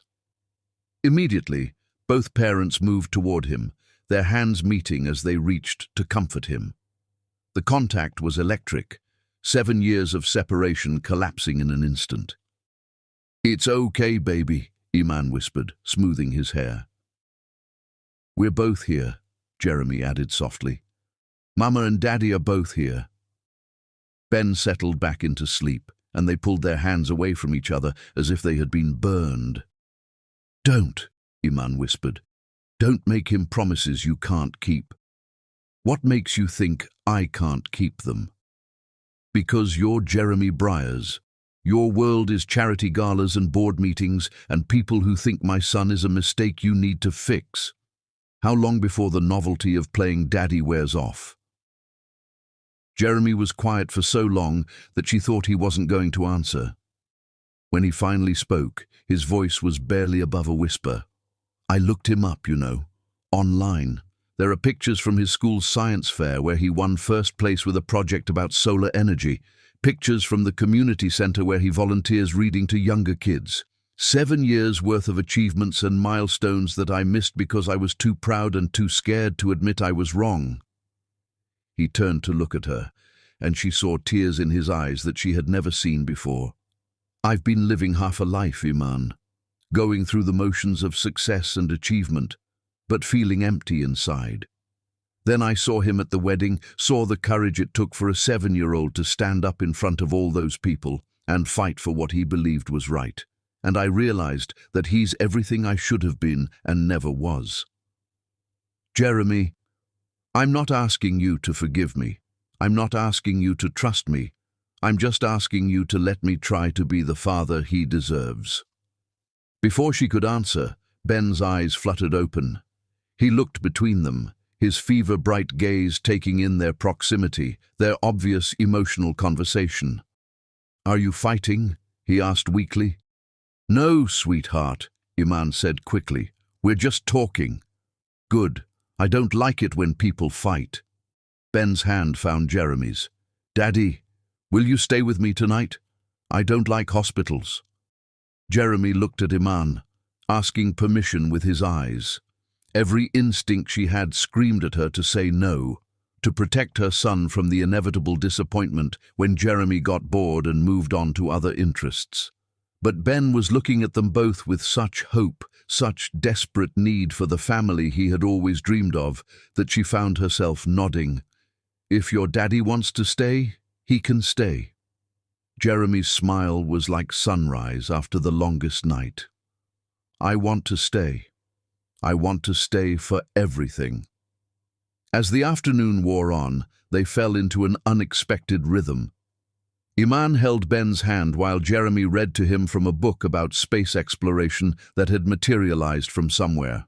When Ben dozed, they took turns monitoring his breathing, adjusting his blankets, being present in the way that parents were supposed to be present. It wasn't forgiveness, not yet, but it was a beginning. And for the first time in 7 years, Iman allowed herself to wonder if maybe, just maybe, they could find their way back to each other. Evening came, and with it visiting hour's end. Iman prepared to leave, but Jeremy caught her hand. "Thank you," he said simply, "for letting me stay, for letting me be here. Don't make me regret it, Jeremy. I won't. I promise you, I won't." As she walked out of the hospital into the cool night air, Iman felt something she hadn't felt in 7 years. Hope. It was dangerous and foolish and probably setting herself up for heartbreak all over again. But watching Jeremy with Ben, seeing the genuine love and regret in his eyes, she couldn't help but wonder if people really could change. If love really could be enough to overcome the past. If families really could be rebuilt from broken pieces. Chapter 8. Building Bridges. 4 months after the hospital stay, Iman found herself watching Jeremy coach Ben's little league practice and feeling her heart perform dangerous gymnastics in her chest. Jeremy was there in jeans and a team t-shirt, patiently teaching 7- and 8-year-olds how to hold a bat. The community center's dusty diamond looked nothing like manicured fields where wealthy children played, but Jeremy was there anyway, completely committed. "Miss Iman?" Sage Williams settled beside her on the bleachers with coffee. "That man is seriously committed, isn't he?" Iman accepted the coffee gratefully. "It's been 4 months. He hasn't missed a single practice, parent-teacher conference, or doctor's appointment. And you're still waiting for him to disappoint you. People don't really change, Sage. Not fundamentally. Maybe not. But people can grow. And from where I'm sitting, that man looks like he's doing some serious growing." On the field, Jeremy was kneeling beside Tyler, a shy 8-year-old who had struck out and was fighting tears. Whatever Jeremy said made Tyler nod and smile before picking up the bat again. "He's good with them," Sage observed. "Ben's not the only kid who lights up when he pays attention." That was true. Jeremy had become the father figure for half the team, many from single-parent households like Ben's. He remembered all their names, asked about schoolwork, never made anyone feel stupid. "Ben asked me something last week," Iman said quietly. "He asked if I thought Jeremy would stay forever, or if he was just visiting until he got bored." "What did you tell him?" "I told him I didn't know, because I don't." Iman watched Jeremy high-five Tyler after the boy hit a weak grounder. "Part of me wants to believe he's changed, but part of me is terrified this is just extended guilt, and one day he'll remember he's Jeremy Briers and we're not his people." Practice ended, and Ben came running over, face flushed with joy. "Mama, did you see? Coach Jeremy taught me how to steal second base." "I saw, baby. You're getting really good."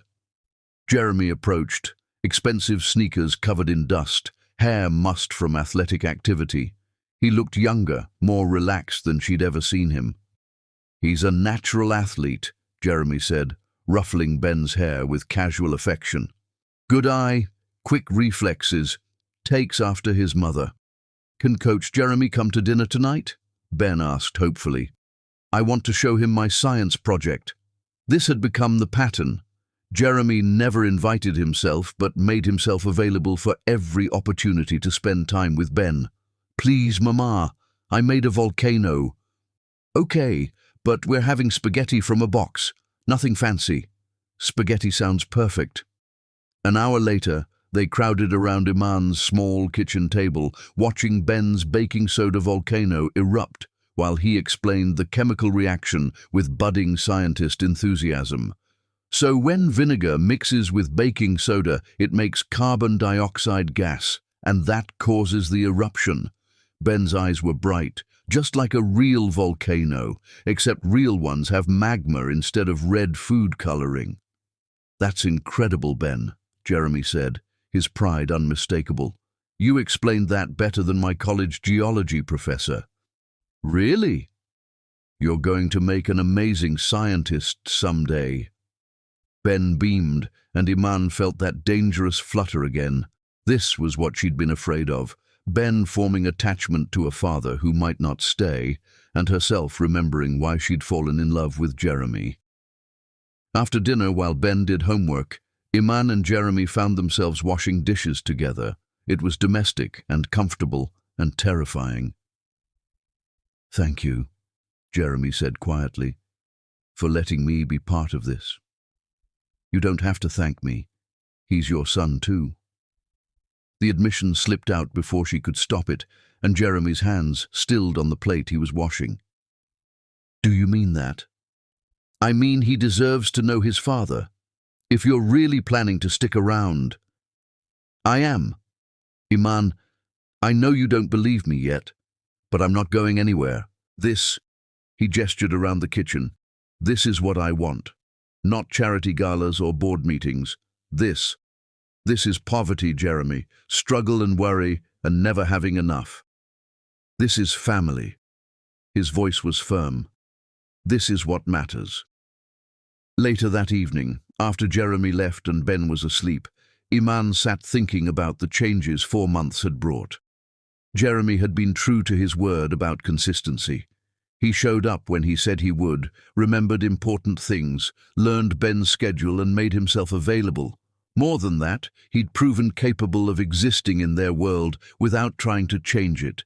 He didn't suggest expensive solutions or try to buy Ben's affection. Her phone buzzed with a text. "Thank you for dinner." Ben's volcano was amazing, but watching him with his mother was even better. "You've raised an incredible kid, Iman." She stared at the message before typing back. "He asks about you every morning, whether you'll be at practice, whether you're coming to his school play, whether you'll still be here tomorrow." "What do you tell him?" "I tell him I don't know, because I don't know how to trust this." "What would it take for you to trust this?" The question demanded an answer she wasn't ready to give. What would it take? Time, proof, some guarantee that Jeremy wouldn't wake up one day and remember he was a billionaire and they were just a complication. Instead of answering, she turned off her phone and checked on Ben one more time. He was sleeping peacefully, clutching the baseball Jeremy had given him. Not expensive or signed by famous players, just a regular ball from practice with Ben's first home run, written in Jeremy's careful handwriting. Such a small thing, such an ordinary gesture. But for a little boy who'd never had father's recognition, it was everything. Maybe Sage was right. Maybe people could grow. Maybe Jeremy really was trying to become the man Ben needed. And maybe it was time for Iman to start believing in second chances, even if it scared her more than anything else in the world. Word count. 1,200 nightstand was the baseball Jeremy had given him. Not an expensive signed ball from a famous player, just a regular baseball from practice with Ben's first home run, written on it in Jeremy's careful handwriting. Such a small thing, such an ordinary gesture. But for a little boy who had never had a father's recognition of his achievements, it was everything. Maybe Sage was right. Maybe people could grow. Maybe Jeremy really was trying to become the man Ben needed him to be. And maybe, just maybe, it was time for Iman to start believing in the possibility of second chances, even if it scared her more than anything else in the world. Chapter 9. The Apology. Christmas Eve arrived with the kind of gentle snowfall that made even the roughest neighborhoods look like greeting cards, and Iman found herself staring out her apartment window, wondering how her carefully ordered world had become so beautifully complicated. Jeremy was in her kitchen, making hot chocolate from scratch, while Ben arranged cookies on a plate with the meticulous care of a 7-year-old who wanted everything to be perfect. The domestic scene should have felt strange, intrusive, wrong. Instead, it felt like coming home. "Mama, come see," Ben called excitedly. Jeremy showed me how to make the marshmallows float in a pattern. 6 months ago, if someone had told her that Jeremy Briers would be spending Christmas Eve in her apartment, teaching her son about marshmallow arrangements, she would have laughed. Now, watching Jeremy's patient smile as Ben proudly displayed his creation, she could barely remember why she had been so afraid. "It's beautiful, baby," she said, joining them in the kitchen. "Very artistic." Jeremy says patterns are important in everything: cooking, business, even baseball. Ben looked up at Jeremy with the hero worship that still made Iman's chest tight with equal parts joy and terror. "Is that true?" "It's true," Jeremy confirmed, handing Ben a mug of hot chocolate topped with perfectly arranged mini marshmallows. "But the most important pattern is showing up. Being there when people need you, consistently, over and over again." The words were casual, but Iman caught the look Jeremy gave her over Ben's head. In 6 months, he had shown up. Every practice, every school event, every doctor's appointment, every ordinary Tuesday evening when Ben needed help with homework. He had established a pattern of presence that was slowly, inexorably wearing down her defenses. "I have something for you both," Jeremy said quietly, reaching into the bag he had brought. "Early Christmas presents." "Jeremy, we talked about this.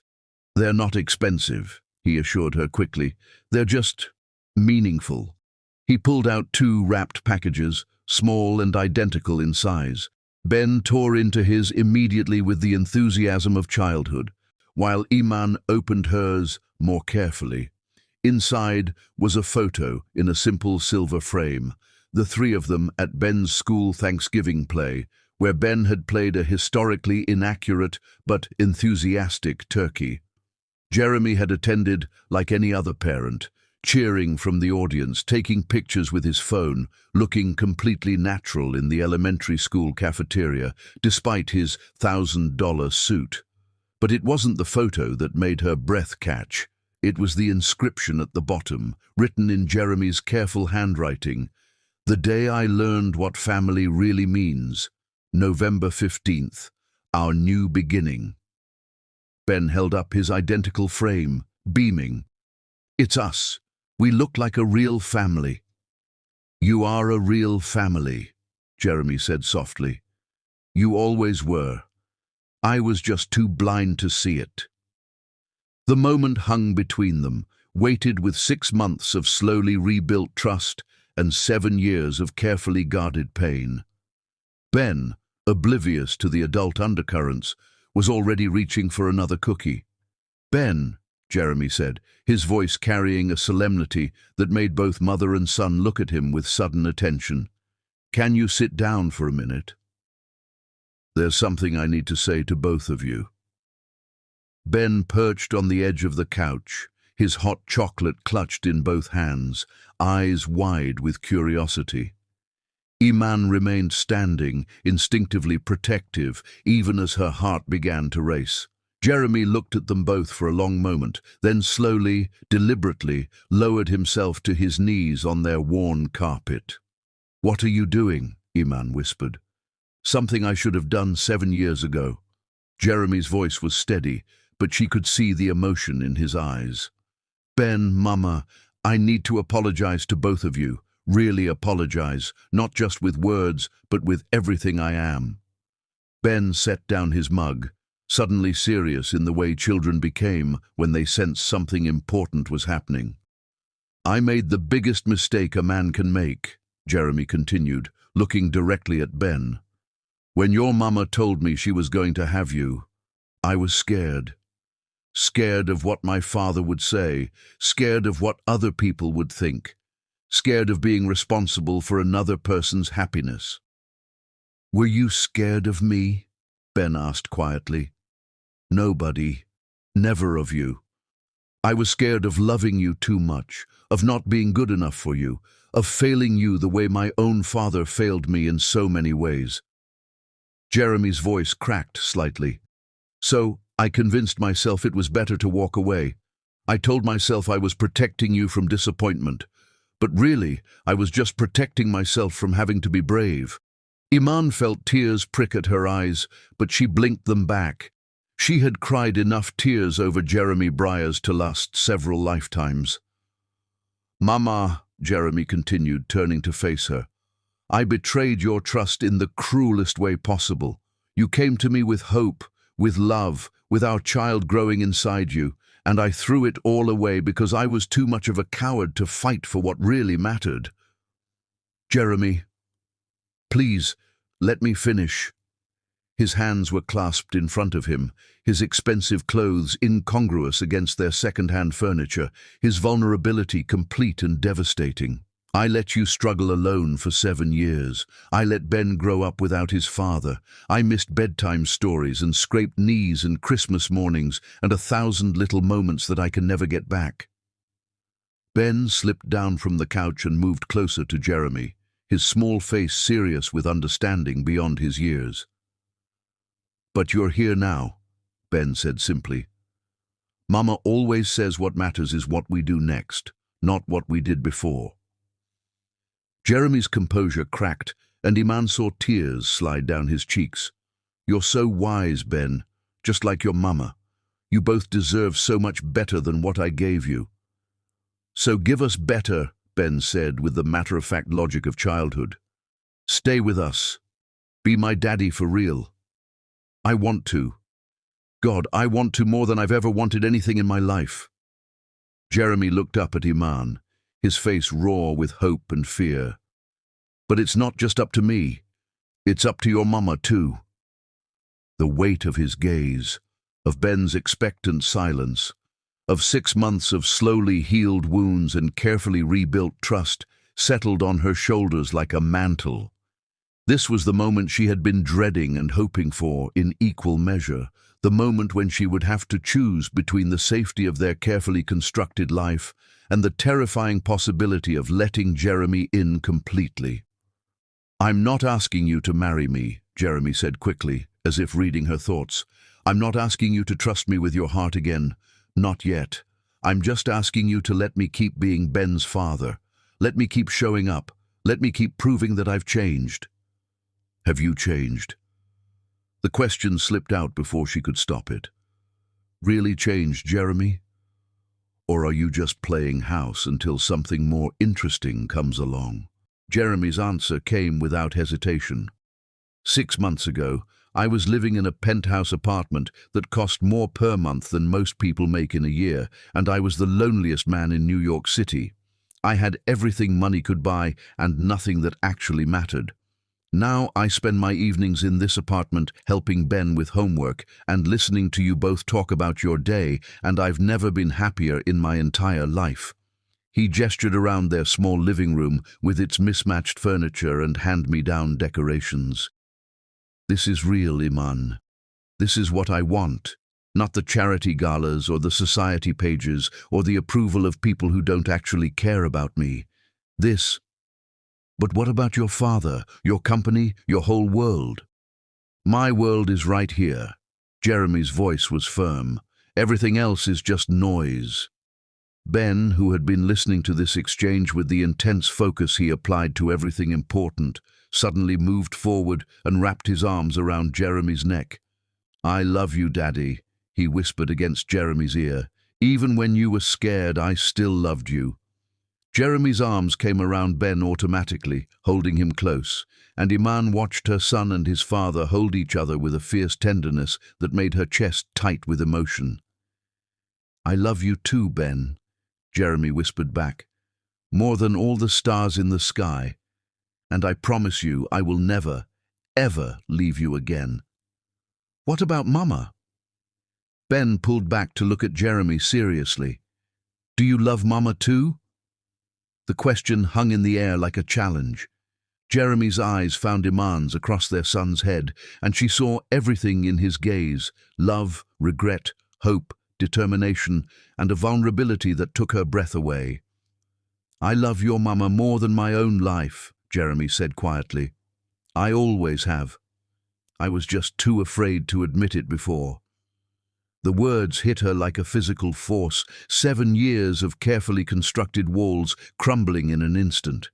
She had known on some level that he still loved her, had seen it in the way he looked at her when he thought she wasn't watching, in the gentle way he spoke to her, in the careful distance he maintained to avoid pressuring her. But hearing him say it, seeing the absolute truth of it in his face, was something else entirely. "Jeremy," she started, then stopped, not knowing how to finish. Ben looked between them with the expectant hope of a child who believed that love could fix anything, that good intentions were enough to heal old wounds.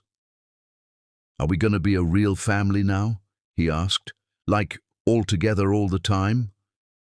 Jeremy looked at Iman, the question reflected in his eyes. She saw 6 months of consistent presence, of small gestures and patient love, of a man who had learned to exist in their world without trying to change it. She saw the father Ben had always needed and the man she had fallen in love with before fear and pride had destroyed them both. But she also saw 7 years of struggle, of nights she had cried herself to sleep, wondering why she hadn't been enough, of carefully built independence that had taken so much strength to maintain. "I don't know," she whispered, the honest answer torn from her heart. "I want to believe we can be, but I'm still scared." Ben considered this with the seriousness he applied to difficult math problems. Then, with the decisive action that had taken him down the aisle of the Plaza Hotel 6 months ago, he grabbed both their hands and pulled them together. "Then we'll be scared together," he announced, "but we'll still be together." And in that moment, with her son's small hands linking hers to Jeremy's, with Christmas Eve snow falling gently outside their window, Iman felt something she hadn't allowed herself to feel in 7 years. Chapter 10. Home at last. 6 months later, on a perfect spring morning that smelled of cherry blossoms and new beginnings, Iman woke up to the sound of laughter drifting from her kitchen and realized that fear had finally, completely lost its hold on her heart. She padded barefoot down the hallway of their new apartment, not much bigger than the old one, but in a safer neighborhood with better schools, a compromise that Jeremy had suggested and she had finally accepted. Through the doorway, she could see Jeremy and Ben at the stove, both of them covered in flour, attempting what appeared to be pancakes shaped like dinosaurs. "Daddy, that one looks like a blob monster," Ben giggled, pointing at Jeremy's latest creation. "Hey, blob monsters are very underappreciated dinosaurs," Jeremy protested with mock seriousness. "This is a rare Blobosaurus rex, found only in Brooklyn kitchens on Saturday mornings. There's no such thing as a Blobosaurus rex. There is now. I just discovered it." Their easy banter, the natural way they moved around each other, the unconscious affection in every gesture, it still sometimes took her breath away. This was the family Ben had dreamed of. The family she had been too afraid to hope for. "Good morning, you two paleontologists," she said, leaning against the doorframe. "Mama, look, Jeremy's making dinosaur pancakes." "Well, he's trying to make dinosaur pancakes. Mostly, he's making abstract art." Jeremy turned to grin at her, his hair sticking up at odd angles, his t-shirt dusted with flour. "I'll have you know that abstract art is very sophisticated. These pancakes will probably be worth thousands someday." "Only if someone's desperate for breakfast," she teased, moving to kiss Ben's forehead and accept the cup of coffee Jeremy handed her without being asked. 6 months of mornings like this. 6 months of Jeremy showing up not just for the big moments, but for the ordinary ones.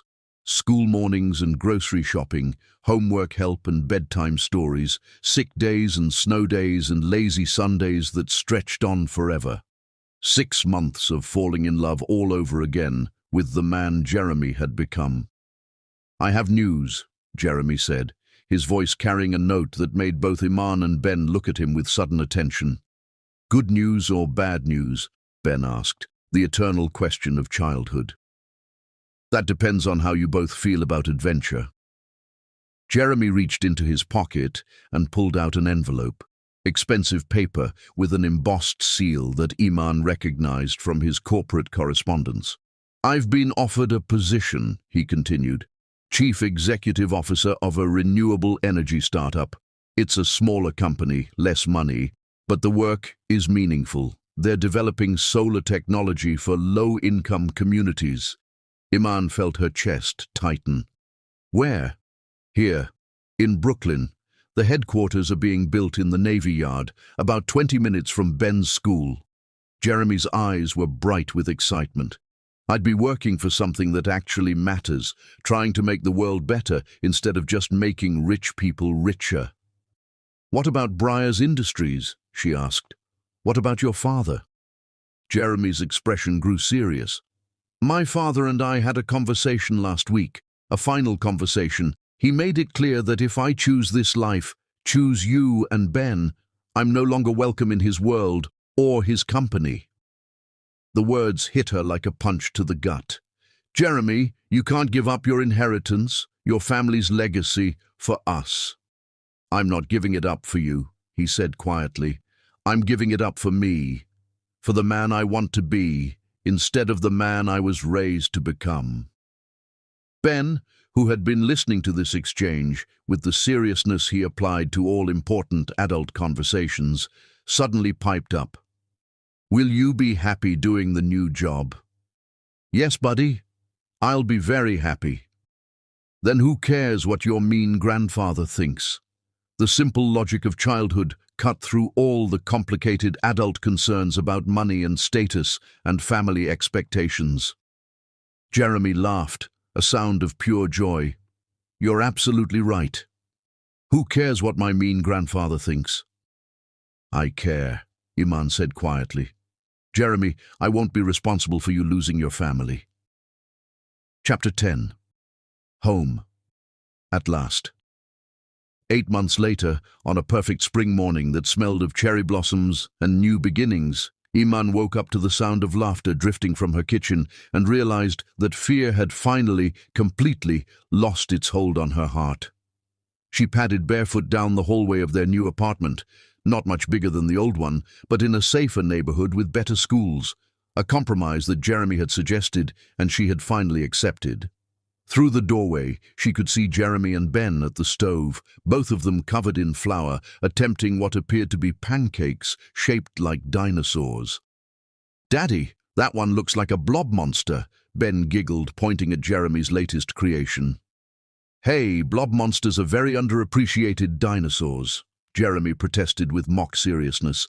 "This is a rare Blobosaurus rex, found only in Brooklyn kitchens on Saturday mornings."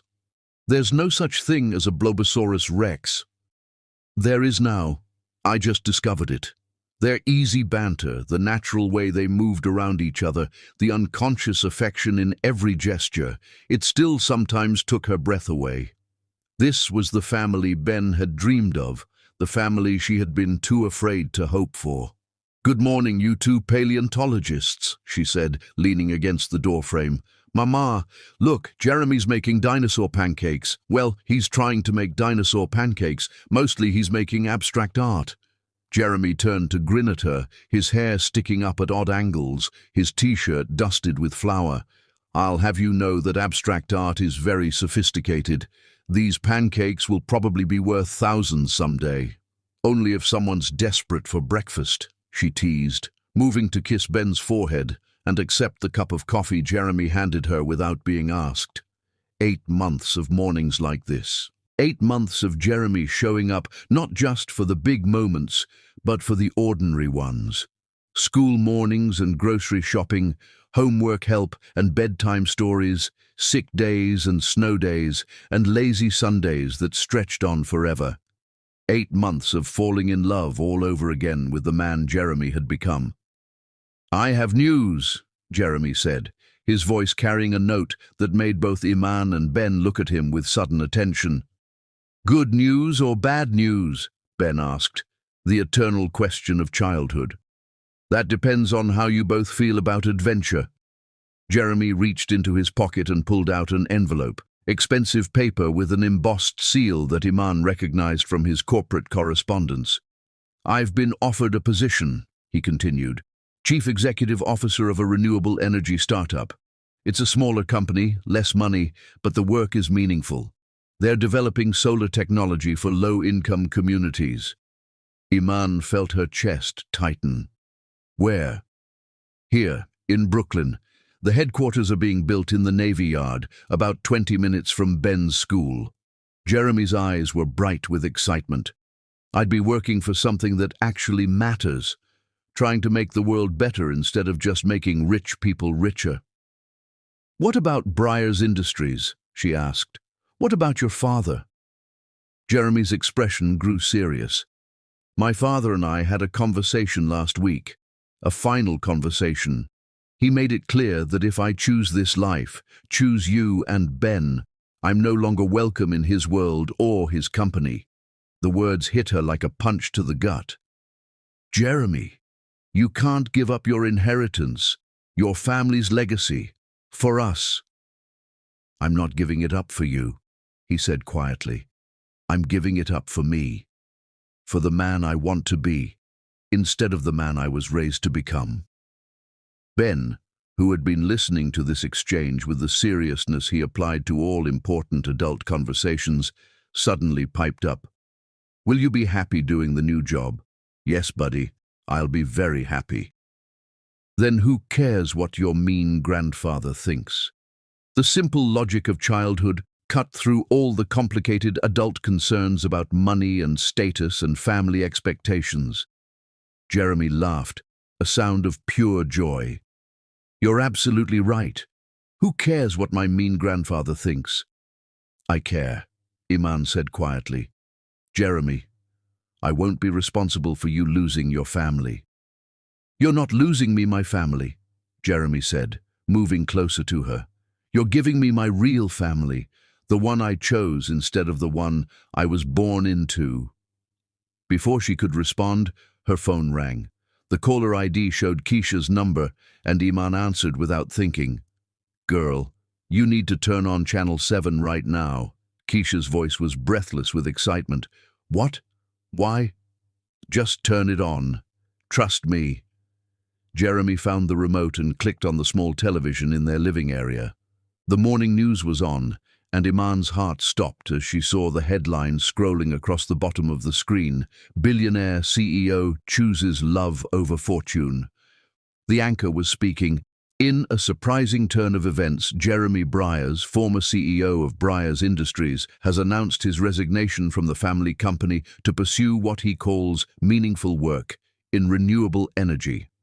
Sources close to the family suggest this decision is related to his relationship with Iman Saldana and their son, Ben, following the dramatic wedding incident 8 months ago that captured national attention. Oh my God, Iman whispered. But the story continued. The screen showed footage of Jeremy at a press conference she hadn't known he was giving, looking confident and determined in his best suit. I'm announcing my departure from Breyers Industries to pursue opportunities that align with my values, his televised image was saying. For too long, I've prioritized profit over people, status over substance.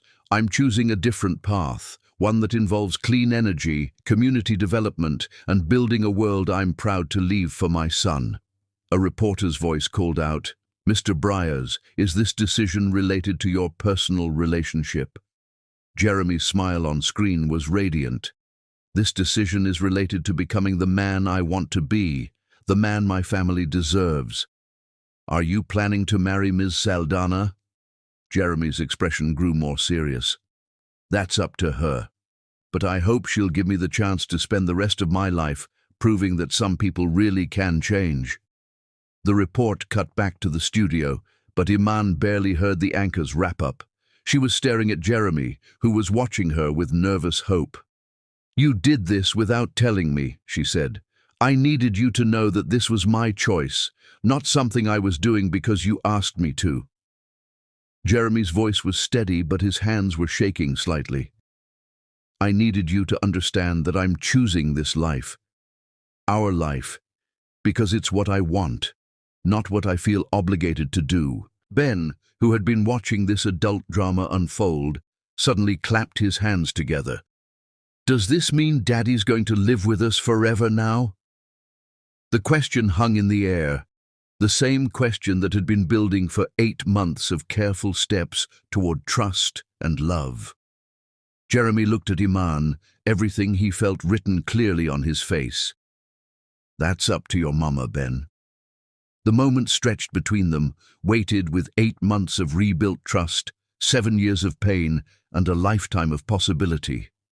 Iman, Jeremy said softly, I know I have no right to ask this after everything I've put you through. I know I've already asked for more second chances than any man deserves, but I'm asking anyway.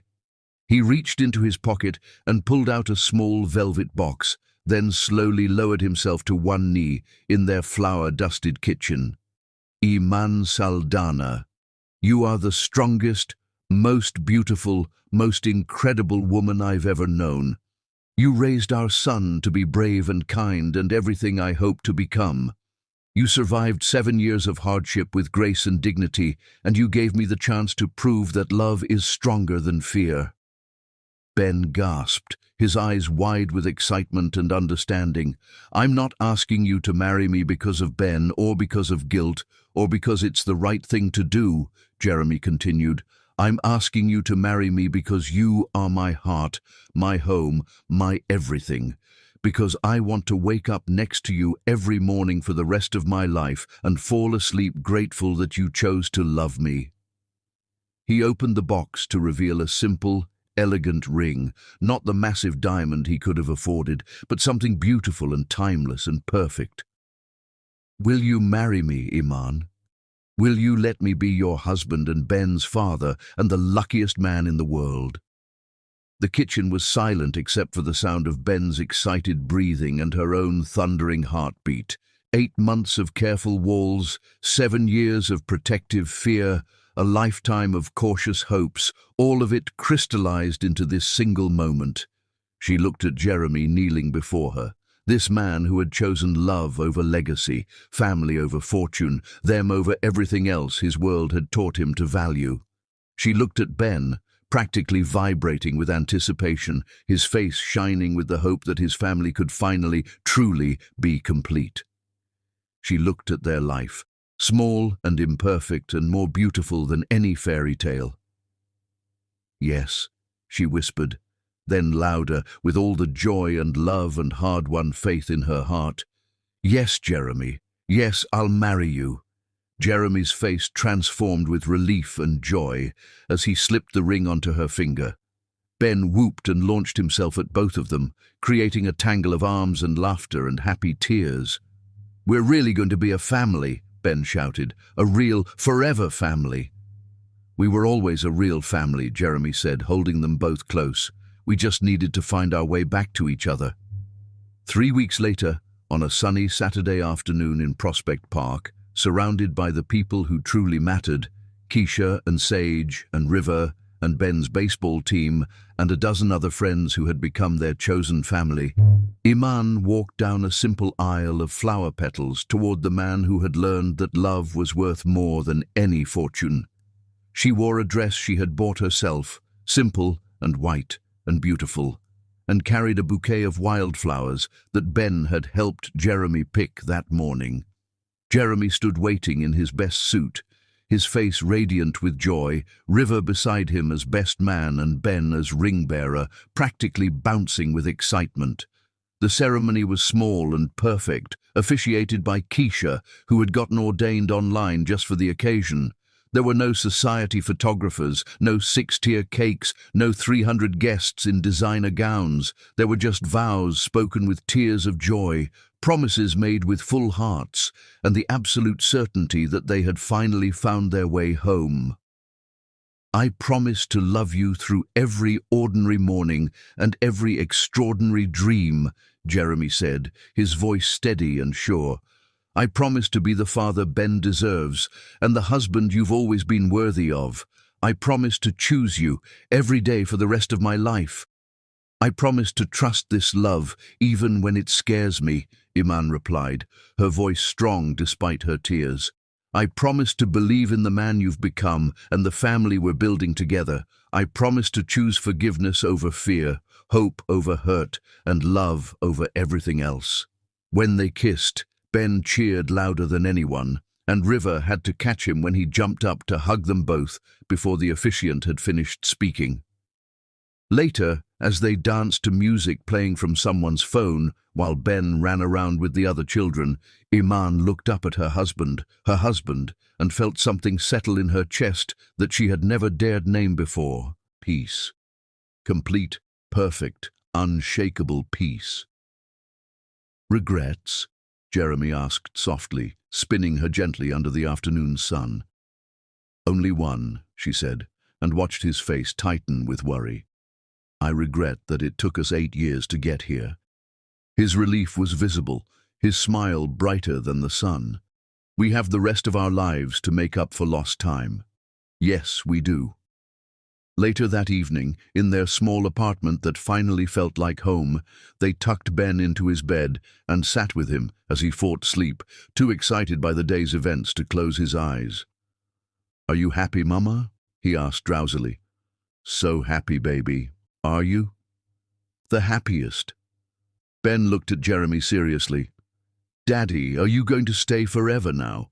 Really, truly forever?" "Really, truly forever," Jeremy promised. "You're stuck with me now, buddy."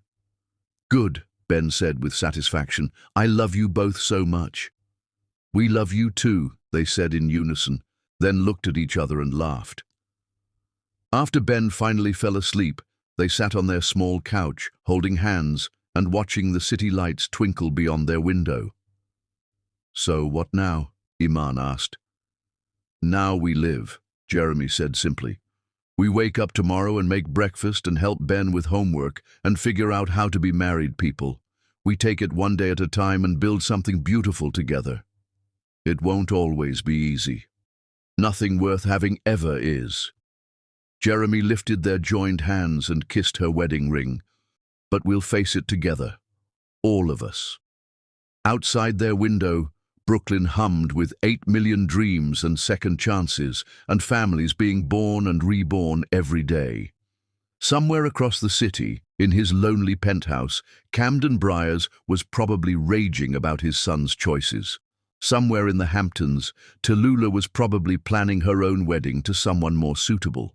But here, in this small apartment filled with love and laughter and the promise of tomorrow, the Briars family was finally, completely, joyfully home.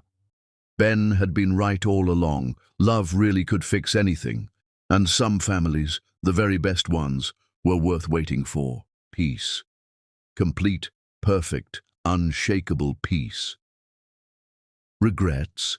Jeremy asked softly, spinning her gently under the afternoon sun. "Only one," she said, and watched his face tighten with worry. "I regret that it took us 8 years to get here." His relief was visible, his smile brighter than the sun. "We have the rest of our lives to make up for lost time." "Yes, we do." Later that evening, in their small apartment that finally felt like home, they tucked Ben into his bed and sat with him as he fought sleep, too excited by the day's events to close his eyes. "Are you happy, Mama?" he asked drowsily. "So happy, baby. Are you?" "The happiest." Ben looked at Jeremy seriously. "Daddy, are you going to stay forever now? Really, truly forever?" "Really, truly forever," Jeremy promised. "You're stuck with me now, buddy." "Good," Ben said with satisfaction. "I love you both so much." "We love you too," they said in unison, then looked at each other and laughed. After Ben finally fell asleep, they sat on their small couch, holding hands and watching the city lights twinkle beyond their window. "So what now?" Iman asked. "Now we live," Jeremy said simply. "We wake up tomorrow and make breakfast and help Ben with homework and figure out how to be married people. We take it one day at a time and build something beautiful together. It won't always be easy. Nothing worth having ever is." Jeremy lifted their joined hands and kissed her wedding ring. "But we'll face it together. All of us." Outside their window, Brooklyn hummed with 8 million dreams and second chances, and families being born and reborn every day. Somewhere across the city, in his lonely penthouse, Camden Briars was probably raging about his son's choices. Somewhere in the Hamptons, Tallulah was probably planning her own wedding to someone more suitable. But here, in this small apartment filled with love and laughter and the promise of tomorrow, the Briars family was finally, completely, joyfully home. Ben had been right all along. Love really could fix anything. And some families, the very best ones, were worth waiting for.